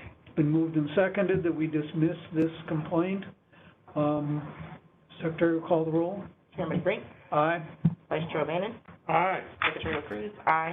Delegate Merrick? Aye. Ms. Chang? Aye. And I might add, Mr. Chairman, if it's all right, Mayor Barber, since this is not your first rodeo, the next go round, you just make sure everything's covered. And the proper wording. When I finish this term, I'll be 78 years old. This is the last go around. This is your last rodeo? Thank you, All right. Barber. Thank you, Mr. Barber. Thank you for your consideration. Or Mayor Barber. All right. All right, now we have Mr. Robert Babiak. Hello, how are you? For this, we have no disclosure statements on 3 items. We have 1 digital sign, 2 copies of a flyer, and 1 yard sign. The violation dates are 9/29/10, 29/11/2. So again, this is where we got into the fancy algebra and word problems here. So we have, it had 2 of the flyers and the 1 yard sign happened within 14 days. Yes, that's basically it. That's what we have, just the 1 sign, the 1 digital sign, and 2 flyers. I have a question. Yes. So how do you know which one was showing up in what day? When they file their complaint, it comes with, let's see if I can find that for you easily here. When they file a complaint, it tells me what day they filed the complaint, what date the violation occurred, which is usually around the same time. They'll go ahead and go out and see the sign on September 15th and go, ooh, they'll go home and usually file it by September 15th or 16th. So that's when I know when the violation happened. A lot of times on the picture, there will be a time stamp on the picture, so I know when that's happened. But that's an excellent question that you'll want to be keeping in mind in a couple cases down here. Thanks for the warning. You're welcome. Any members of the public wish to be heard? Mr. Babiak is here with us today. Mr. Babiak. Thank you, Mr. Chairman of the board, for hearing my side of the case here. First off, I wanted to show you the sign, actual sign. And on both sides, I had written with a paid by Babcock, okay, on there. And I wrote small, obviously. I've noticed most of the signs do have it in pretty minimal size. Now, I don't know, first off, I self-funded my own campaign. These signs were purchased in my previous campaign in 2017, and so out of measure of resources, I reused the same signs, okay? So I only have 57 of them left, so I meticulously went through and wrote, and here's the pen, I wrote on each side of the sign, paid by Babcock. So I only have 3, you know, I have my doubts as to how that sign shows nothing there. It could have been rain, it could have been somebody actually wiped it off, or I could have missed one side of one sign, because I meticulously went through every 57, all 57 of the signs, but I could have missed one. So that's the, we're gonna handle these one at a time? Yes. Okay. So that was, now, what really got me is I didn't put these signs out until 1 October. Again, because in my previous campaign, I lost over 50, almost 50. Originally the word was 100. So I didn't want to have him being ripped off again.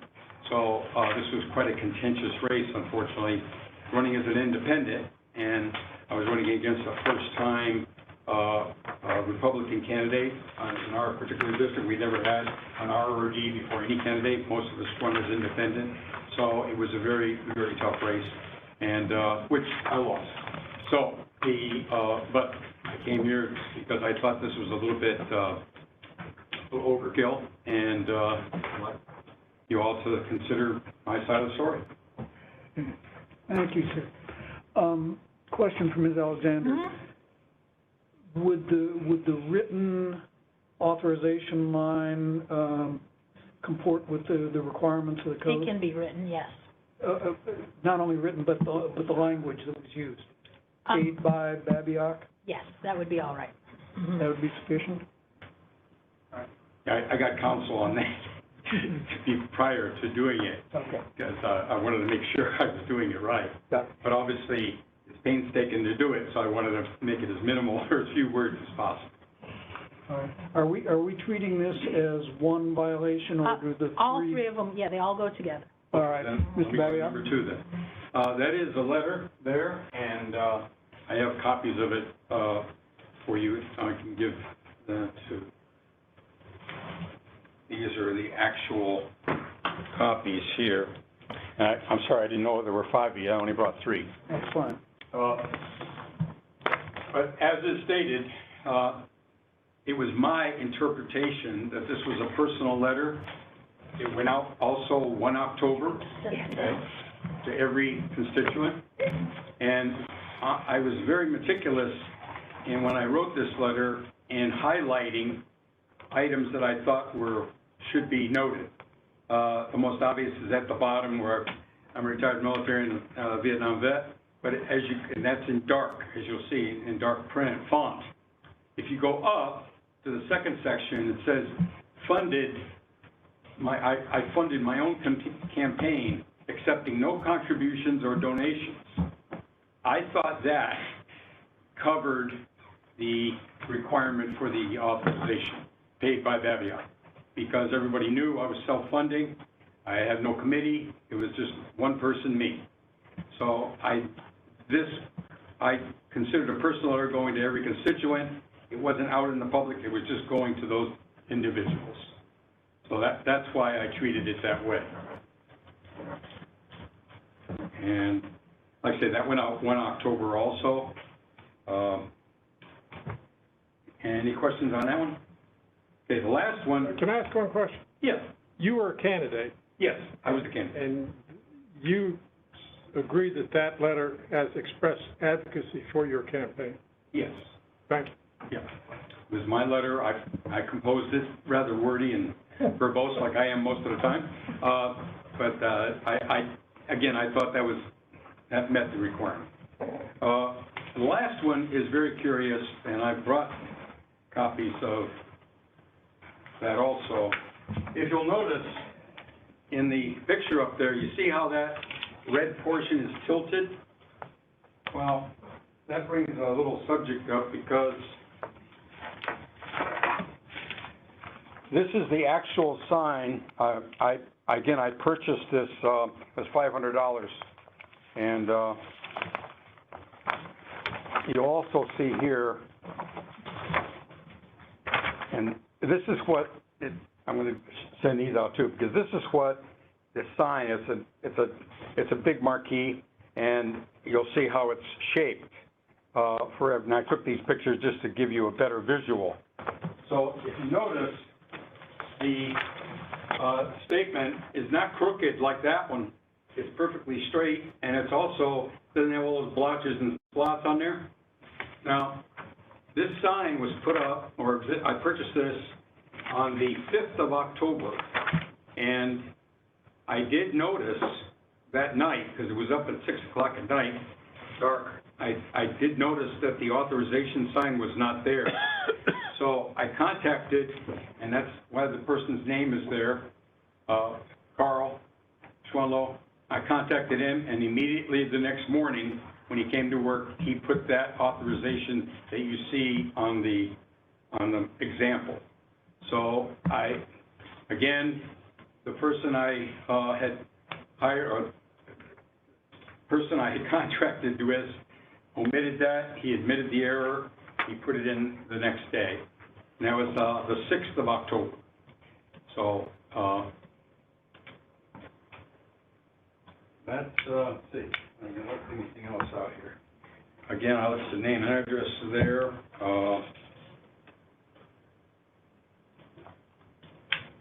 And that's my case.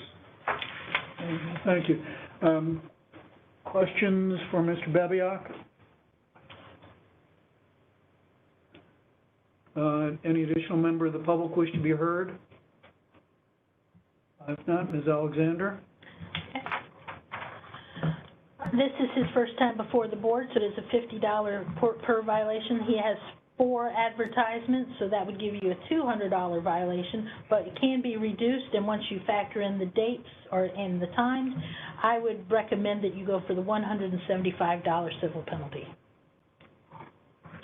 All right, questions of Ms. Alexander?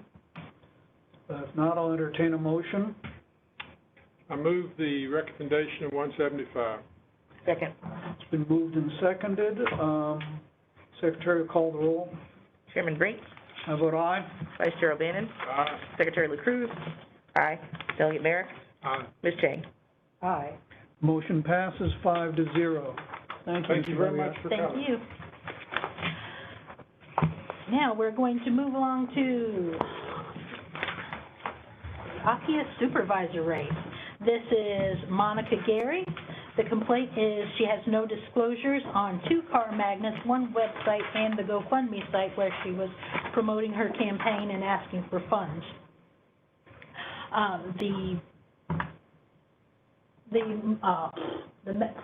Think with me now. The magnet is the top one. There was one on this is one side of the car, the exact same magnets on the other side of the car. See, there's no disclosure. I went to the website at the time of the complaint, and I went to the website last week to make sure, again, prior to when the first meeting was supposed to be. There was no disclosure on the website, which is the bottom corner, and there was no disclosure on the GoFundMe. But all 3 items had express advocacy on them. So even today? Yeah. All right.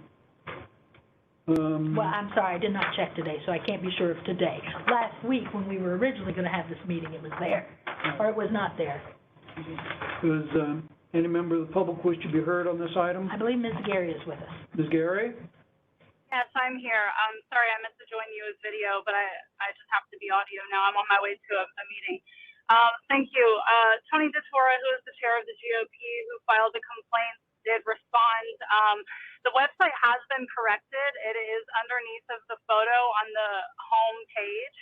And then the only issue with the GoFundMe is it would not, because the fundraiser is over, it would not allow me to make adjustments to it. That was just something that I couldn't work out with the platform. That was not meant to be a advertisement. It was actually, GoFundMe runs like a social media. You don't have to pay to use it or anything like that, but I still tried to go on and make the correction, and it would not allow me since the fundraiser has been over for some months, even before the campaign ended. The magnets did have stickers that I put on them. I had spoken with Tony DeTora, the gentleman who filed the complaint, and I was not aware of some of this. And when I did speak with him, I did go on and correct what I could. So he did send a letter in to me, and I forwarded that through email to your board. I can pull that up in a moment and read it if you like, if you don't have access to it at the moment. But it was an honest mistake. I mean, this was my first time, and I ran a very shoestring budget campaign. So I'm just asked that you would recognize that and, you know, grant some forgiveness there. Thank you, Ms. Gary. Thank you. Did we receive the, Yes, she did make changes, but we still have the items that she did not have. This is still the complaint that's before the board. So it sounds like she corrected. She did correct it after she was notified, Okay. yes. I corrected it, pardon me, go ahead. I don't mean to interrupt. Oh, go ahead. Yes, ma'am. I corrected it as soon as I became aware of it. The only thing I was not able to correct was on the GoFundMe. All right, so that still is her first time before the board, so that's a $50 per violation. You can reduce it down to $25 per violation with a unanimous vote. So right now, she's sitting at a $200 penalty, and I would recommend that you go with the $100 penalty. all right. Any additional questions or comments? If not, I'll entertain a motion. I'd move that we fine her the reduced penalty of the $100. Second? Been moved and seconded that we assess civil penalty of $100. Secretary will call the roll. Chairman Brink? Aye. Vice Chair Bannon? Aye. Secretary LaCruz? Aye. Delegate Merritt? Aye. Ms. Chang? Aye. Motion passes 5-0. Thank you, Ms. Gary. Thank you. Thank you. All right, we're going to move along to Friends of William Andrew Reese. Mr. Reese or Dr. Reese, excuse me, is with us today. The complaint against him is there was no disclosure on a sign, and there's also no disclosure on a palm card that he was handing out as he was campaigning at the beginning. Mr. Reese is here with us today. Okay, thank you. Mr. Reese? Yeah. Dr. Reese, excuse me? I'm Dr. Reese. I'm a local physician in Fredericksburg and the medical director, the volunteer medical director for Fire and Rescue, and a first-time candidate. This happened, the complaint was made in August, more than 2 months before the election.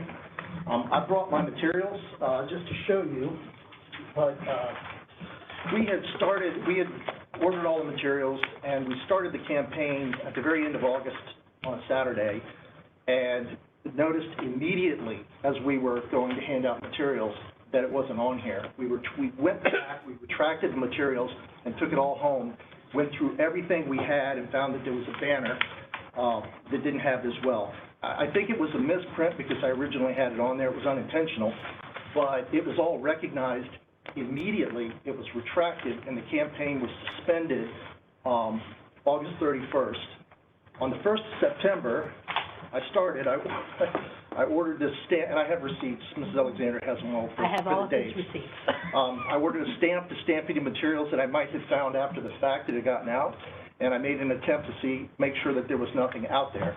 I had a discussion with my campaign advisor, my campaign manager, and we've got a letter in the packet where he validates what happened and all the time frames. So everything was taken down by the 1st. The campaign was suspended on the 31st of August.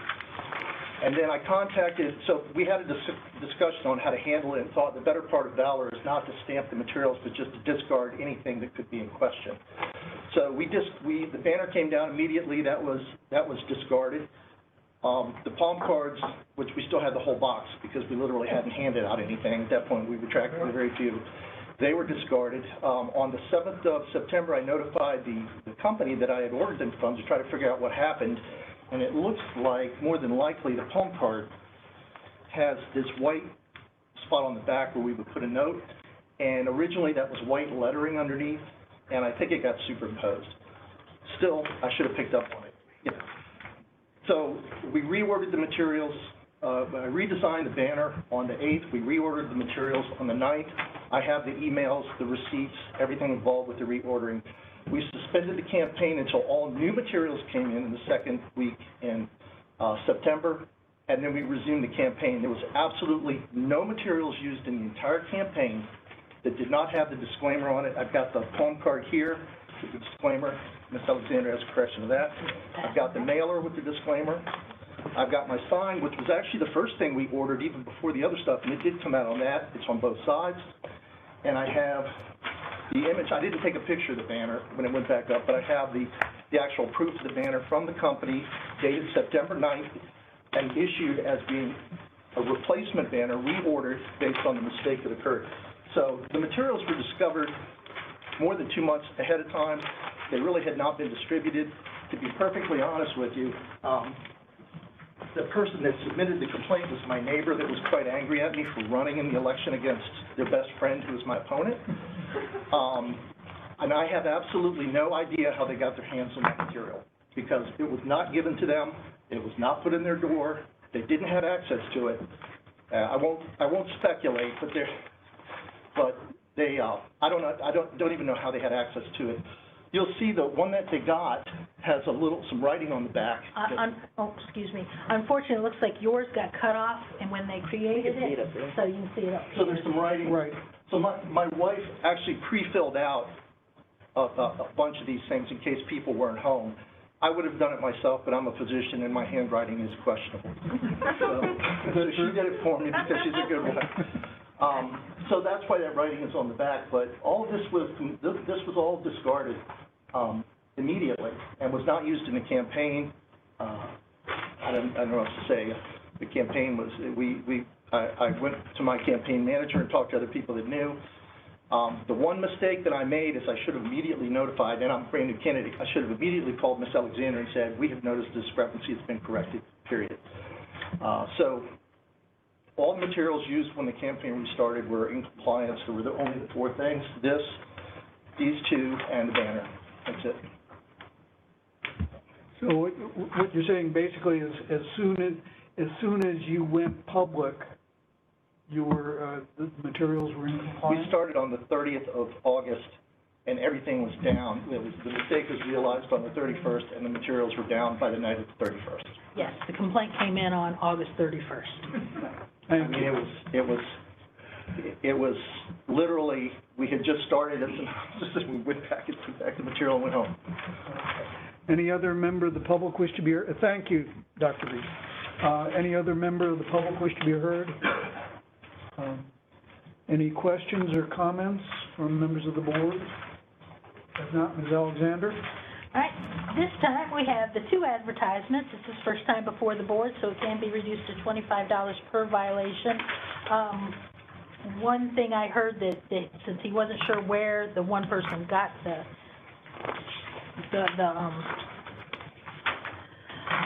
palm card, I had reduced that to $25, but now he's saying he doesn't know if they got it or not. So it's now in the hands of the board. It's either a $100 penalty, or you can reduce it to $25 per violation, or you can choose to reduce it all the way to $25. Okay. Any discussion? Where was the banner located? My residence? A building down, but a friend of mine had it. Oh, I see the bigger picture. He took it. He actually purchased the banner and hung it up. And at first, we didn't even realize. But then when we went through the materials and we found that the palm cards were the only thing that had the misprint, immediately went out, checked the banner, took it right down. And to add, Dr. Reese did show up last week because he did not receive his certified letter until the day after, on January 13th, that we had moved the meeting. So that's why I said, do we want to hit him for a full price? Can I ask a question? You said did you take the banner down on the 31st? Yeah. Yeah, I think it went up on the 30th. I didn't put it up. My friend purchased it, put it up. He might have put it up the morning of the 31st. I don't know. I'm saying the 30th because I know I put it in his hands the evening of that Friday evening. But I don't know how long it was up, couldn't have been more than 24 hours. But I mean, we took it right down. Thank you. Additional comments or questions? Mr. Chairman, I'm going to move a total of $25 based on the total information we've heard today. Second. It's been moved and seconded that we assess a penalty of $25. Will the Secretary call the roll? Chairman Brink. I vote aye. Vice Chair O'Bannon. Aye. Secretary LaCruz. Aye. Delegate Merrick. Aye. Ms. Chang. Aye. Motion passes 5-0. Thank you, Dr. Reese. Thank you. Thank you, Dr. Reese. All right, our next one is April Gillespie for Berkeley. She contacted me immediately the day after her mailing went out because she realized as soon as the mailing went out that she did not have a disclosure. So she self-confessed, and I told her, I said, well, it's nothing we have to worry about until someone files a complaint. Oh, does he need help getting that? Oh, can someone release Dr. Reese? Thank you, Paul. So I told Ms. Gillespie that, you know, we do not bring them in for a violation if they snitch on themselves. But if somebody does complain, here we are. Somebody complained. Somebody got her flyer and decided to file a complaint. So we have one against April Gillespie. It's one violation, so it's her first time, $50. You can reduce it to $25. Mrs. Gillespie is well aware of what she has done, and I suggest a $25 penalty. Does any member of the public wish to be heard on this item? No. Oh, I'm sorry. I thought you were Lacey. No, I'm so sorry. Oh, now I feel bad. My name is April Gillespie. I'm the one who put out the mailer, and it was an honest mistake. It's my first offense.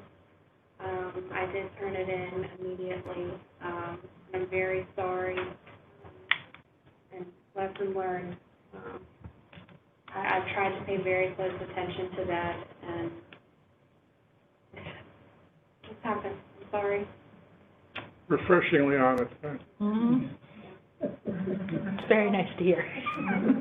Ms. Gillespie, did you have access to the materials that the department puts out for candidates, candidate bulletins and so on? Yes. Okay. Yes, I was made aware, and I've read the materials. I just overlooked it. My design person designed everything. He sent it back to me to okay, and I looked at it and had a million things going on and just okayed it and was not paying attention. Thank you. Additional comments or questions? Is the complainant your opponent? Aaron Gramps, do you know who that is? I do not know who that is. Okay.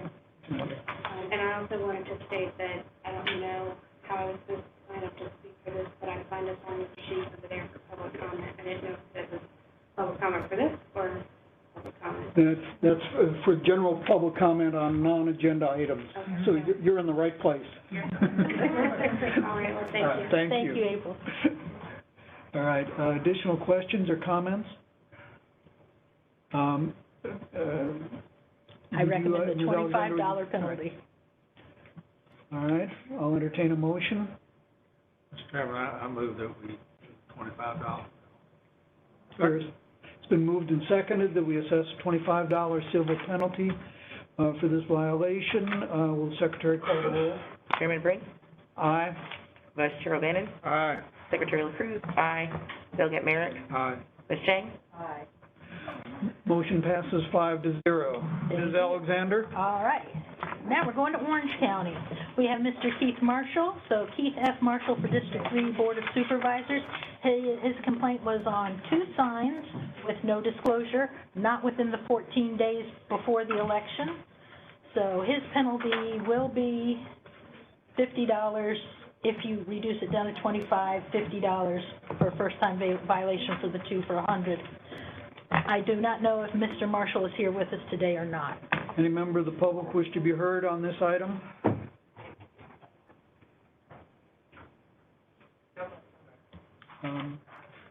Additional questions of Ms. Alexander? If not, I'll entertain a motion. What's the next slide say? Total of 50. Yes. I'll move 50. Is there a second? Second. Been moved and seconded that we assess a $50 civil penalty for this violation. Will Secretary call the roll? Chairman Drake? Aye. Vice Chair Bonin? Aye. Secretary LaCruz? Aye. Delegate Merrick? Aye. Ms. Chang? Aye. Motion passes 5-0. Well, they were all that simple. Now we're going to move on to Coots2021.com. His issue is, he's got 2 undisclosed signs. The violation date was September 23rd, so again, it is outside the 14 days. This is his first time before the board. You can reduce it down to $25 for a $50 penalty, which is my recommendation. Thank you, Ms. Alexander. Any member of the public wish to be heard on this item? All right. Do members have any additional questions or comments? If not, I'll entertain a motion. I move that we impose the $50 penalty. Is there a second? Second.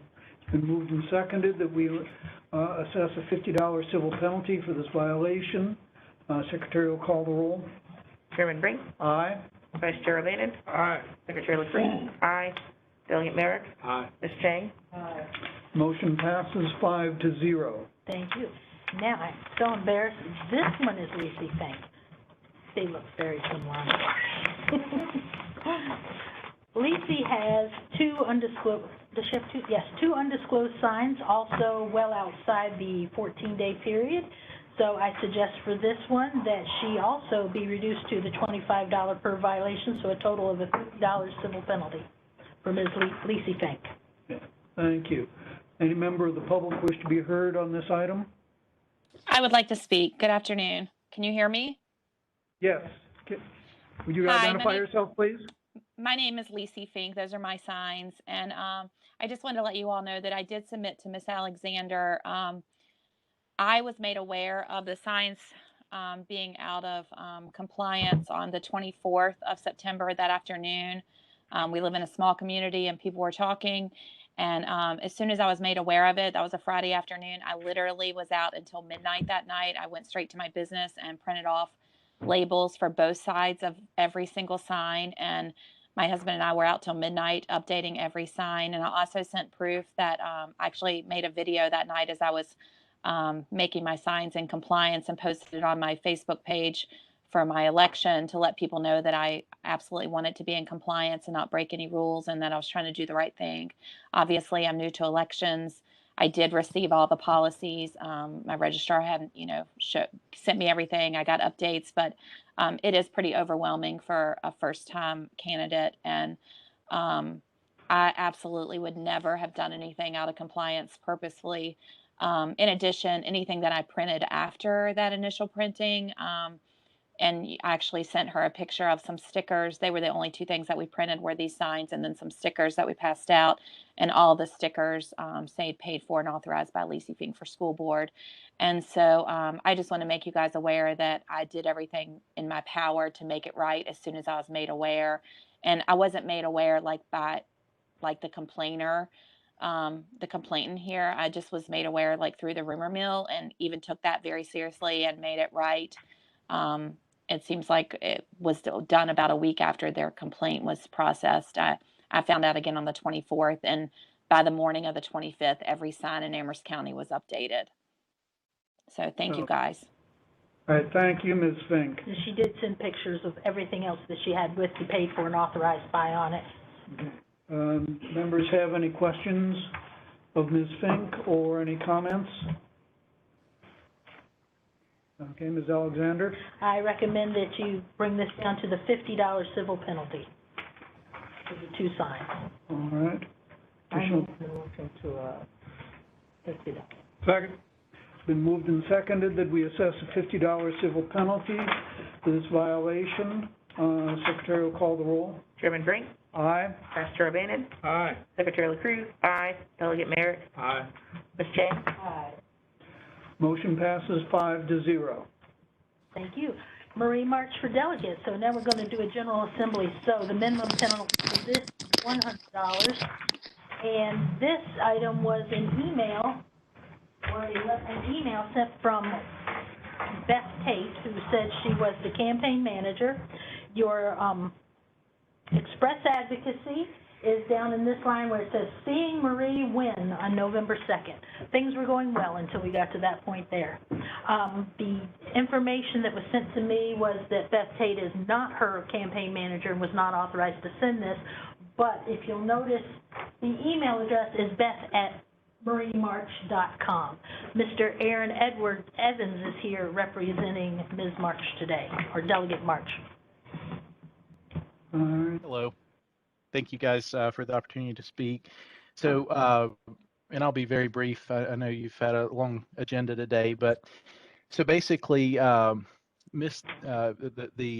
sender of this, she was a campaign volunteer. If you look at finance reports, there was never any payment made to her other than a reimbursement for some stuff that she had purchased and was reimbursed by the campaign for.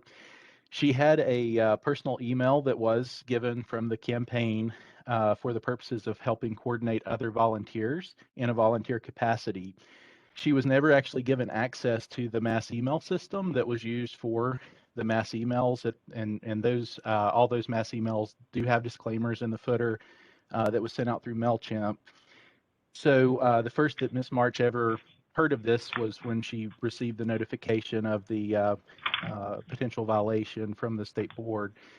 So basically, I think ultimately from the campaign position would be that, the candidate never saw the email. The email was never authorized by the candidate. It was an overzealous volunteer who were even unaware of who she exactly sent this to, because it was not something she did on behalf of the candidate. Clearly, the biggest issue appears to be that she did use a campaign email to send it from, but the email was given to her from the campaign for the sole purpose of one-on-one communications, and she was never given access to our mass email distribution system. So we would respectfully ask for you to consider dismissing this one, and that, those are kind of our points. Thank you. Comments or questions? Does he know who Mr. McDonald is, the complainant? Is he familiar with the complainant? I'm unfamiliar with the complainant. Okay. And I also believe Ms. March was also unfamiliar with him based on our conversation. Okay. Were you or are you the campaign manager for Delegate Marsh? So I'm her new campaign consultant, but at the time she was basically paying. Miss Tate's husband was being paid by the campaign as a campaign manager, but he is, and it's also important to note that he nor Miss Tate have any current relationship with the campaign at this point. Neither one of them are part of the campaign in a volunteer or paid capacity. Mr. Evans, hi. It's John O'Bell. Hey. Do we know, do you have a list of the people that got this email, and was Derek McDonald a person who got the email? How did he get a hold of it? So from what we've dug through, and because Ms. Tate is not even in a volunteer capacity, she's not associated with the campaign anymore at this point. We have tried to go back and it looks like it was, and it appears to be from what was sent here, a BCC. We've actually been unable to identify who she actually sent it to. And it appears to us, and that was the other thing, was the candidate stated that she had never provided her with a list. So, it appears that she may have sent this to people that she perceived to be friends of the candidate or campaign or friends of hers. But we're unaware of where she actually got the list or who she actually sent it to from the campaign side, unfortunately. But she listed herself as campaign manager? She did list herself as that, but there's no contract agreement or payment records supporting that. That was a self-identified role, according to the candidate.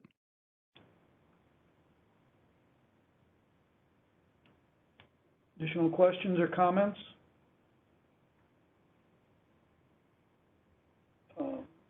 Ms. Alexander? based on the fact that it came from mariemarch.com, that email address, I do recommend the penalty be $100. There is no reduction for General Assembly candidates. All right. So I'll entertain a motion.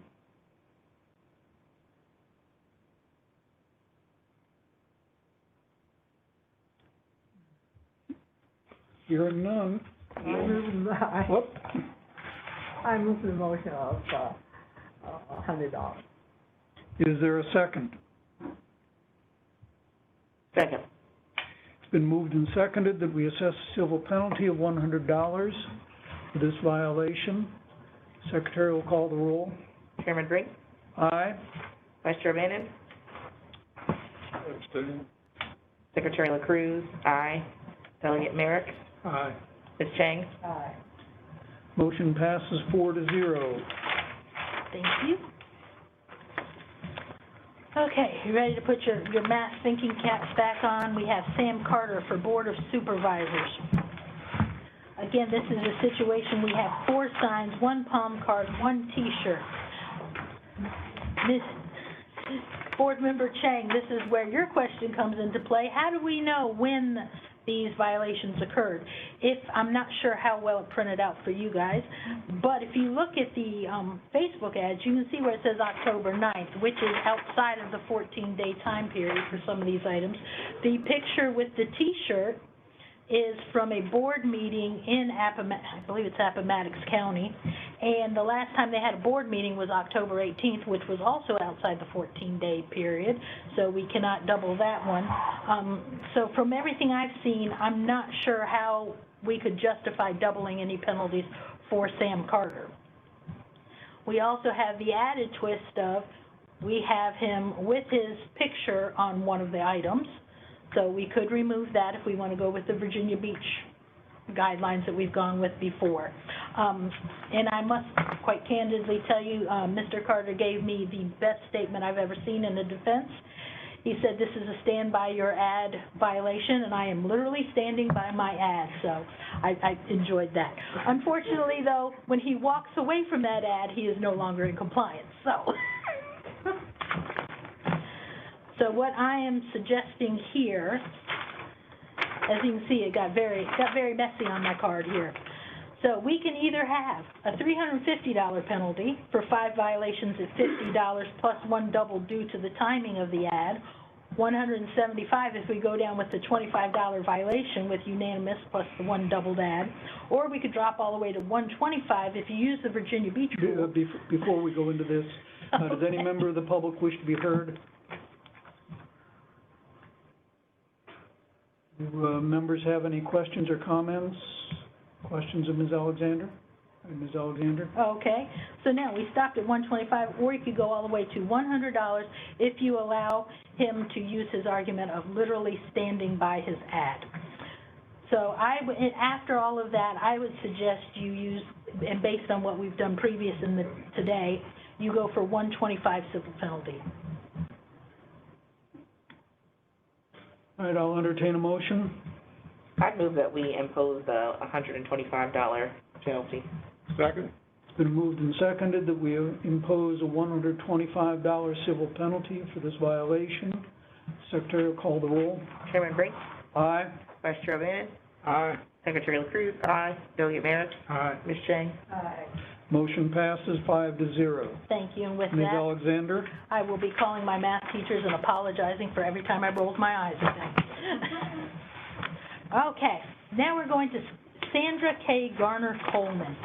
There is 1 complaint against her filed by Melissa Hicks. It's 1 sample ballot. It's another issue where they did not remove the authorization of the electoral board. The twist to this one is the electoral board of Halifax County already took this into their hands. They have filed a criminal complaint against Ms. Garner-Coleman. They also required that she file this ad in the local paper saying that she is very sorry for what she did. So she has already suffered quite a financial burden on this one. Oh my God. I'm sorry. I'm sorry. One moment, please. So she she has the one violation against her, so it would be a $50 violation, but I would suggest we go with the $25 civil penalty. Is that her? I'm going to assume it. And Ms. Garner-Coleman, is that you? It's her. Okay. All right, thank you, Franchel. Okay. Good afternoon, board. My life has been a living hell since this happened. And I published letters of apology in the paper. It's my opponent that sent the complaint in, and I lost anyway. And since then, they have served me with a warrant from the sheriff department here in Halifax. And that warrant was served to me in December. And I guess I still have to go to court because that's an outstanding warrant for a civil offense. And it has just been overwhelming to me. It was an oversight on my part. I pride myself in abiding by the law of the land. I've never had a violation other than a traffic violation, and I'm an outstanding citizen, and there's no way that I would do anything to garner some advantage over my opponent. And I just don't know what else to say. I'm just apologetic with everything that happened. And I was just overwhelmed with the fact that the board here in Halifax, they made me think that I was a criminal. And then plus the chairman of the board was interviewed by the paper, and he said that I was a serious violation. And I went to the football game that Friday night at the high school, and everybody thought, "Oh, Coleman, are you all right? Do you need our help?" They thought I was going to jail. And that's the way he made me feel. And I was just so overwhelmed. And then when they served me that warrant the first week in December, that just ruined my whole Christmas vacation, because I've never had a warrant in all my life. I'm 68 years old, and nobody's ever served me with a warrant. So, my life has just been upside down, and I don't know what's going to happen with that outstanding warrant. I don't know. Okay.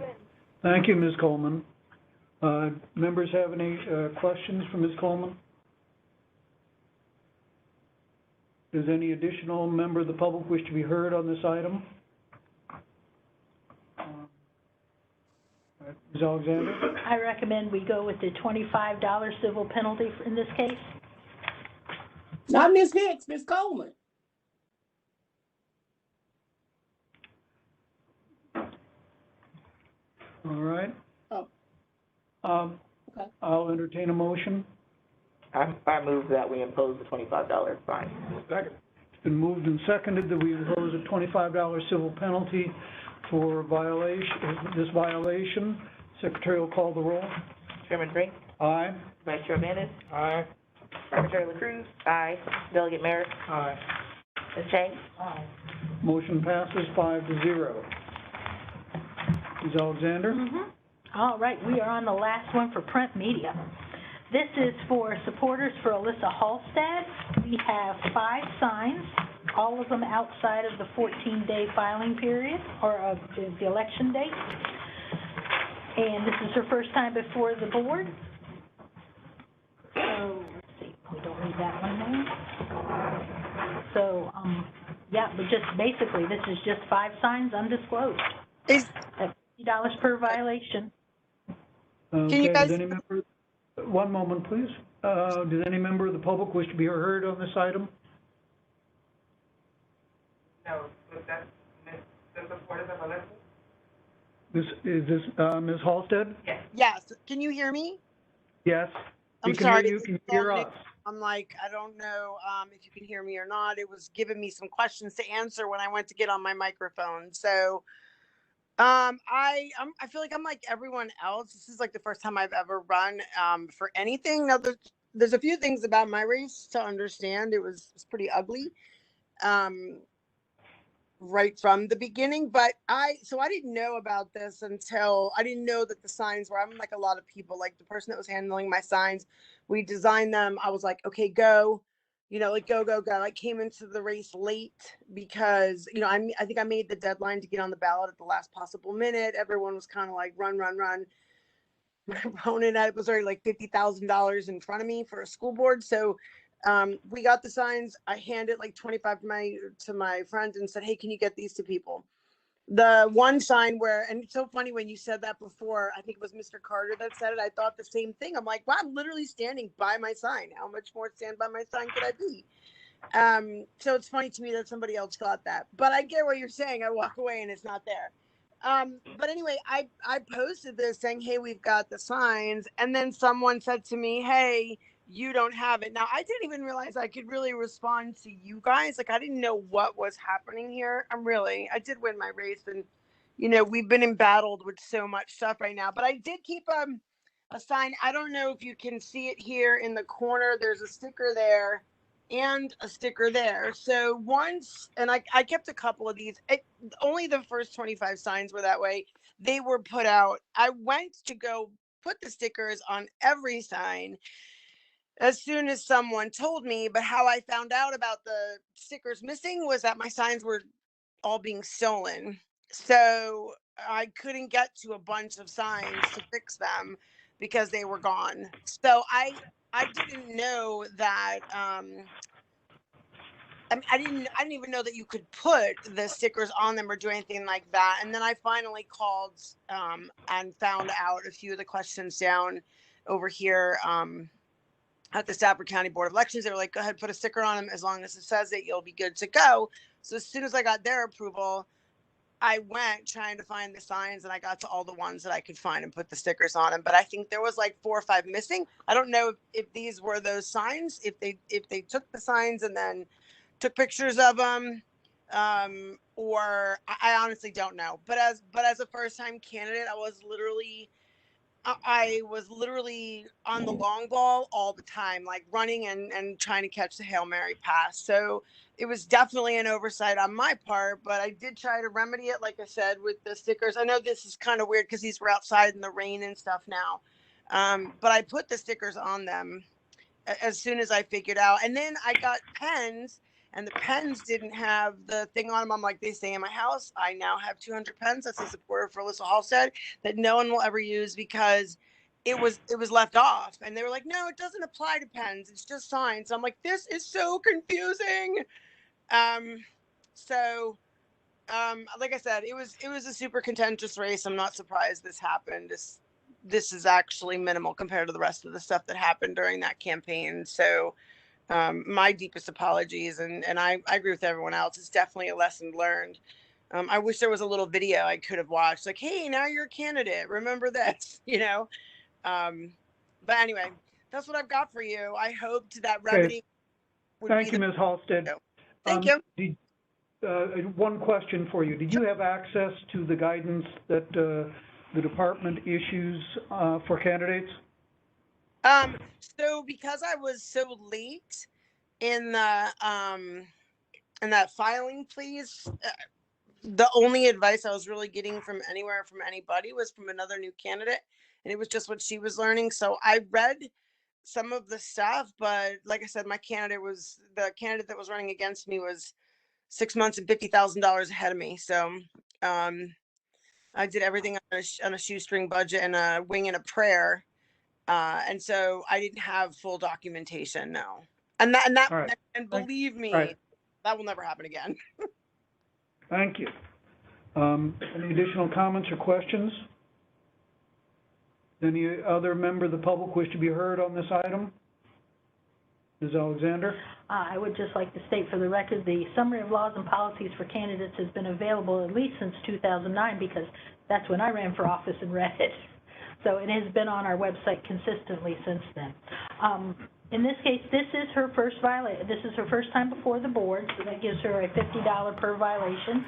And it's outside the 14 days, so you do have the option of reducing it to $25, which would be a $125 civil penalty, and that's what I suggest or recommend.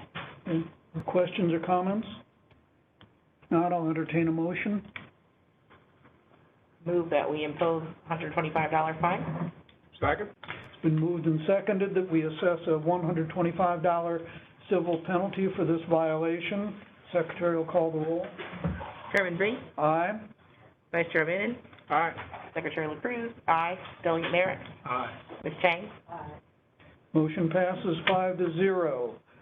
Final one is Youngkin for governor. I don't know if His Excellency is here today or not. He said he would not be here today, and neither is his representative, and I'm not sure if we're going to be able to watch the videos themselves, but his legal team has agreed with my recommendation, so we can either go with that, or what I'm going to do is these are 2 television ads, and the first one on the left, he goes all the way through, and there's no express advocacy until the very end when he faces the camera, and you can see very boldly Youngkin governor. So there's your express advocacy along with the Youngkin for governor sign, but there's no spoken disclosure with that one. Mm-hmm. So that's where that one has failed.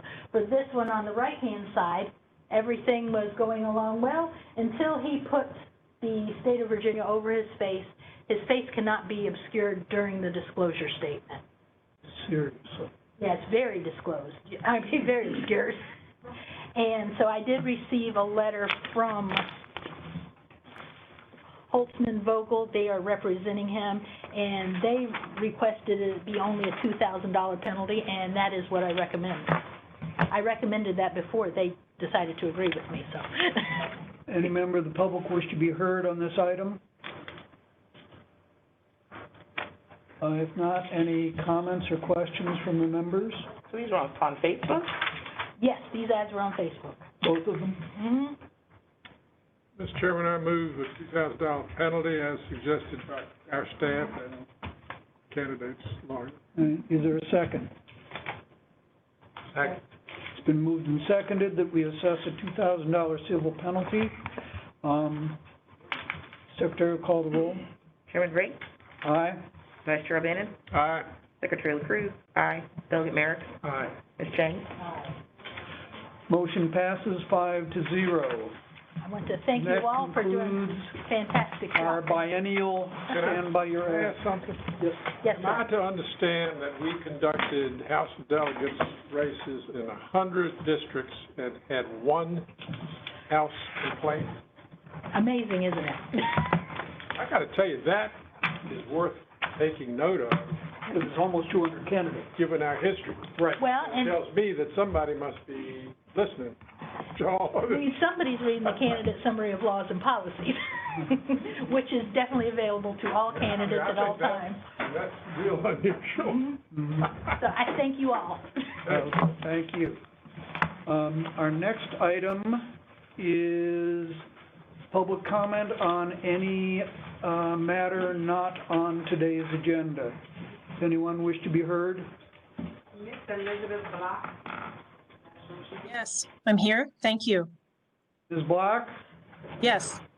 How are you? Thank you for allowing me to speak. Certainly.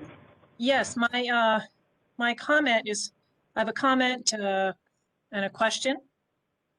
I'd like to know why the Department of Elections is issuing arbitrary guidance to general registrars regarding the statement of results, public inspection, and encouraging them not to allow transcribing or photos as part of their public inspection period. And this also encourages a reduction in the 60-day public inspection time. And I will explain a little bit more in a minute. 24.2-650 says 1 copy of the printed return sheets shall be made available by the clerk of circuit court on the day following the election, and for 60 additional days for inspection and transcribing information therefrom by the public. The Virginia Department of Elections sent a guidance on January 5th and a subsequent guidance on the 6th, which I was made aware of through Rendell, the General Registrar of Manassas Park, that copying is not explicitly stated in the code and thus not permitted, and references different parts of the code to justify an action to block public inspection. In addition, the guidance references transcription in the clerk of court's office the day following the election and an additional 60 days, but the general registrars do not pass the SORs onto the courts until the electoral board canvass is complete, and they include other factors such as staff holidays, close elections, and whatever they feel prevents them from getting the SORs to the clerk. So this does not meet the 60-day public inspection period and reduces it to some arbitrary number of days. So it seems that there has been an overzealous effort to deny public access to public documents. And it seems to be almost even, and I hate to sort of take in a deep breath here, but it seems to the public it's a little aggravating in a sense, and to be a bit conspiratorial against the rights of the citizens. And so, you know, the reason the public wishes to inspect is not really the concern of the Department of Elections. If we have concerns or questions, we'll let you know, and it will benefit the entire process. So I want to make comment on that, and this is the first time I've made a statement to the in this meeting. So any questions or any other actions I need to take, please let me know. Ms. Block, thank you for bringing this matter to our attention. I think it would be helpful if you could summarize this in writing and provide it to us so that we can deal with it, with the matter. Okay, summarize in writing, and where do I send it? Is there a... You can send it to me as chairman of the state board. Okay. And our contact information is on our website. Thank you very much. Thank you. Any additional members of the public? I have one thing before we do. Dr. O'Bannon. Well, you done public? Nope, we're done. So, Matt, it's kind of old new business. Certainly. So, as you know, last year we had a formal complaint from the City of Richmond Electoral Board with allegations which eventually were referred to the Office of the Attorney General by letter from you in June of this last year. The election was the 2020 November election. And we got back a response, which I guess everybody's seen, dated December 13th. The meat of it is they've completed an investigation, have not identified any conduct that could support criminal charges at this time. And I just want to remind everybody that there is a section 24.2104.1 which states whenever the Attorney General has reasonable cause to believe that a violation of election law has occurred and the rights of any voter or group of voters have been affected by such violation, the Attorney General may commence a civil action in the appropriate circuit court for appropriate relief. So I guess my question would be, and Ms. Lewis is out of the loop on this as our attorney. This investigation was walled in the AG's office. I guess the unresolved concern I have with this is whether the investigation included consideration of civil charges as well as criminal. Okay. I've gone back and looked at the letter that I sent on behalf of the board in June. It does not make reference to criminal as opposed to... Or civil, Right. right. It simply requests that the Attorney General's office investigate allegations. So then it becomes a question of whether or not... Where do we go from here? Where do we go from here? Exactly. So let me just ask, would it be reasonable to reply to the AG's office and request it? We don't need to know all the details of the investigation, but I do think it's fair in the interest of public and transparency that we get a little more information than one line on what happened during this investigation and address the issue of civil.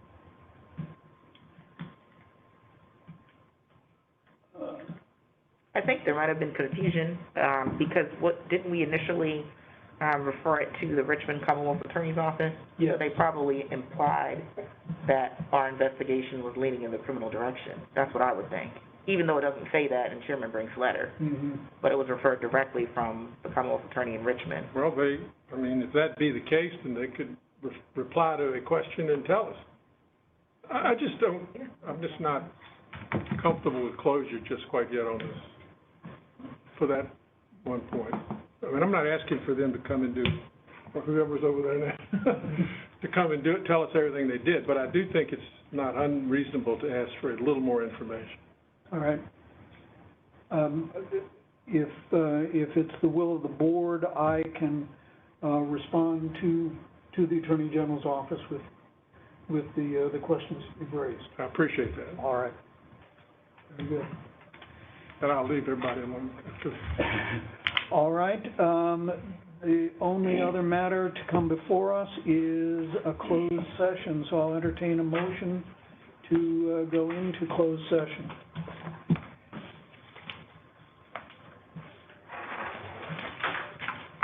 Pursuant to Virginia Code Section 2.2-3711A8, I move that the board go into closed session for the purpose of discussing allegations related to the conduct of the Sussex County Electoral Board and the State Board of Elections' responsibilities to supervise and coordinate the work of local electoral boards under Virginia Code Section 24.2-103 in accordance with Section 2.2-3712F, Christopher Piper, Commissioner of Elections, Rachel Lawless, Confidential Policy Advisor of Elections, and Carol Lewis of the Office of Attorney General. And include Mr. Leaf. As well as Mr. Joshua Leaf from the Office of the Attorney General will attend the closed session because their presence will reasonably aid the board in its consideration of the subject of the meeting. Is there a second? Second. All right, Secretary will call the roll. Chairman Briggs? Aye. Vice Chair O'Bannon? Aye. Secretary LaCruz? Aye. Delegate Merrick? Aye. Ms. Chang? Motion passes 5-0.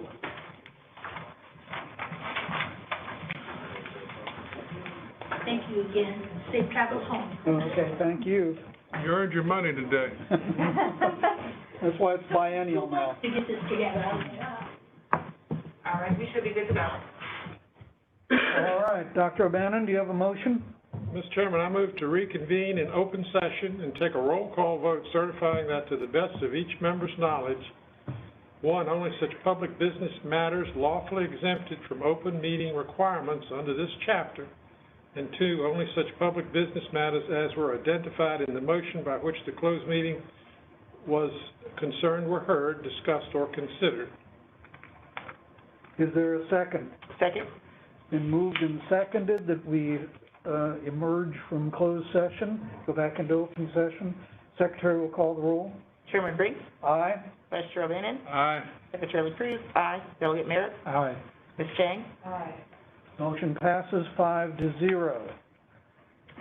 Dr. O'Bannon, do you have a motion? I would move that we ask the chairman of the State Board of Elections to generate a letter in response to the concerns in Sussex County regarding the electoral board there. Is there a second? Second. Further discussion? If not, Secretary will call the roll. Chairman Briggs? Aye. Vice Chair O'Bannon? Aye. Secretary LaCruz? Aye. Delegate Merrick? Aye. Ms. Chang? Aye. Motion passes 5-0. Is there any other business to come before the board? If not, I'll entertain a motion to adjourn. I move we adjourn the meeting. Second? Second. All those in favor say aye. Aye. Opposed? The motion passes 5-0. Thank you very much, everyone. All right. That's one of your longest meetings, Robert.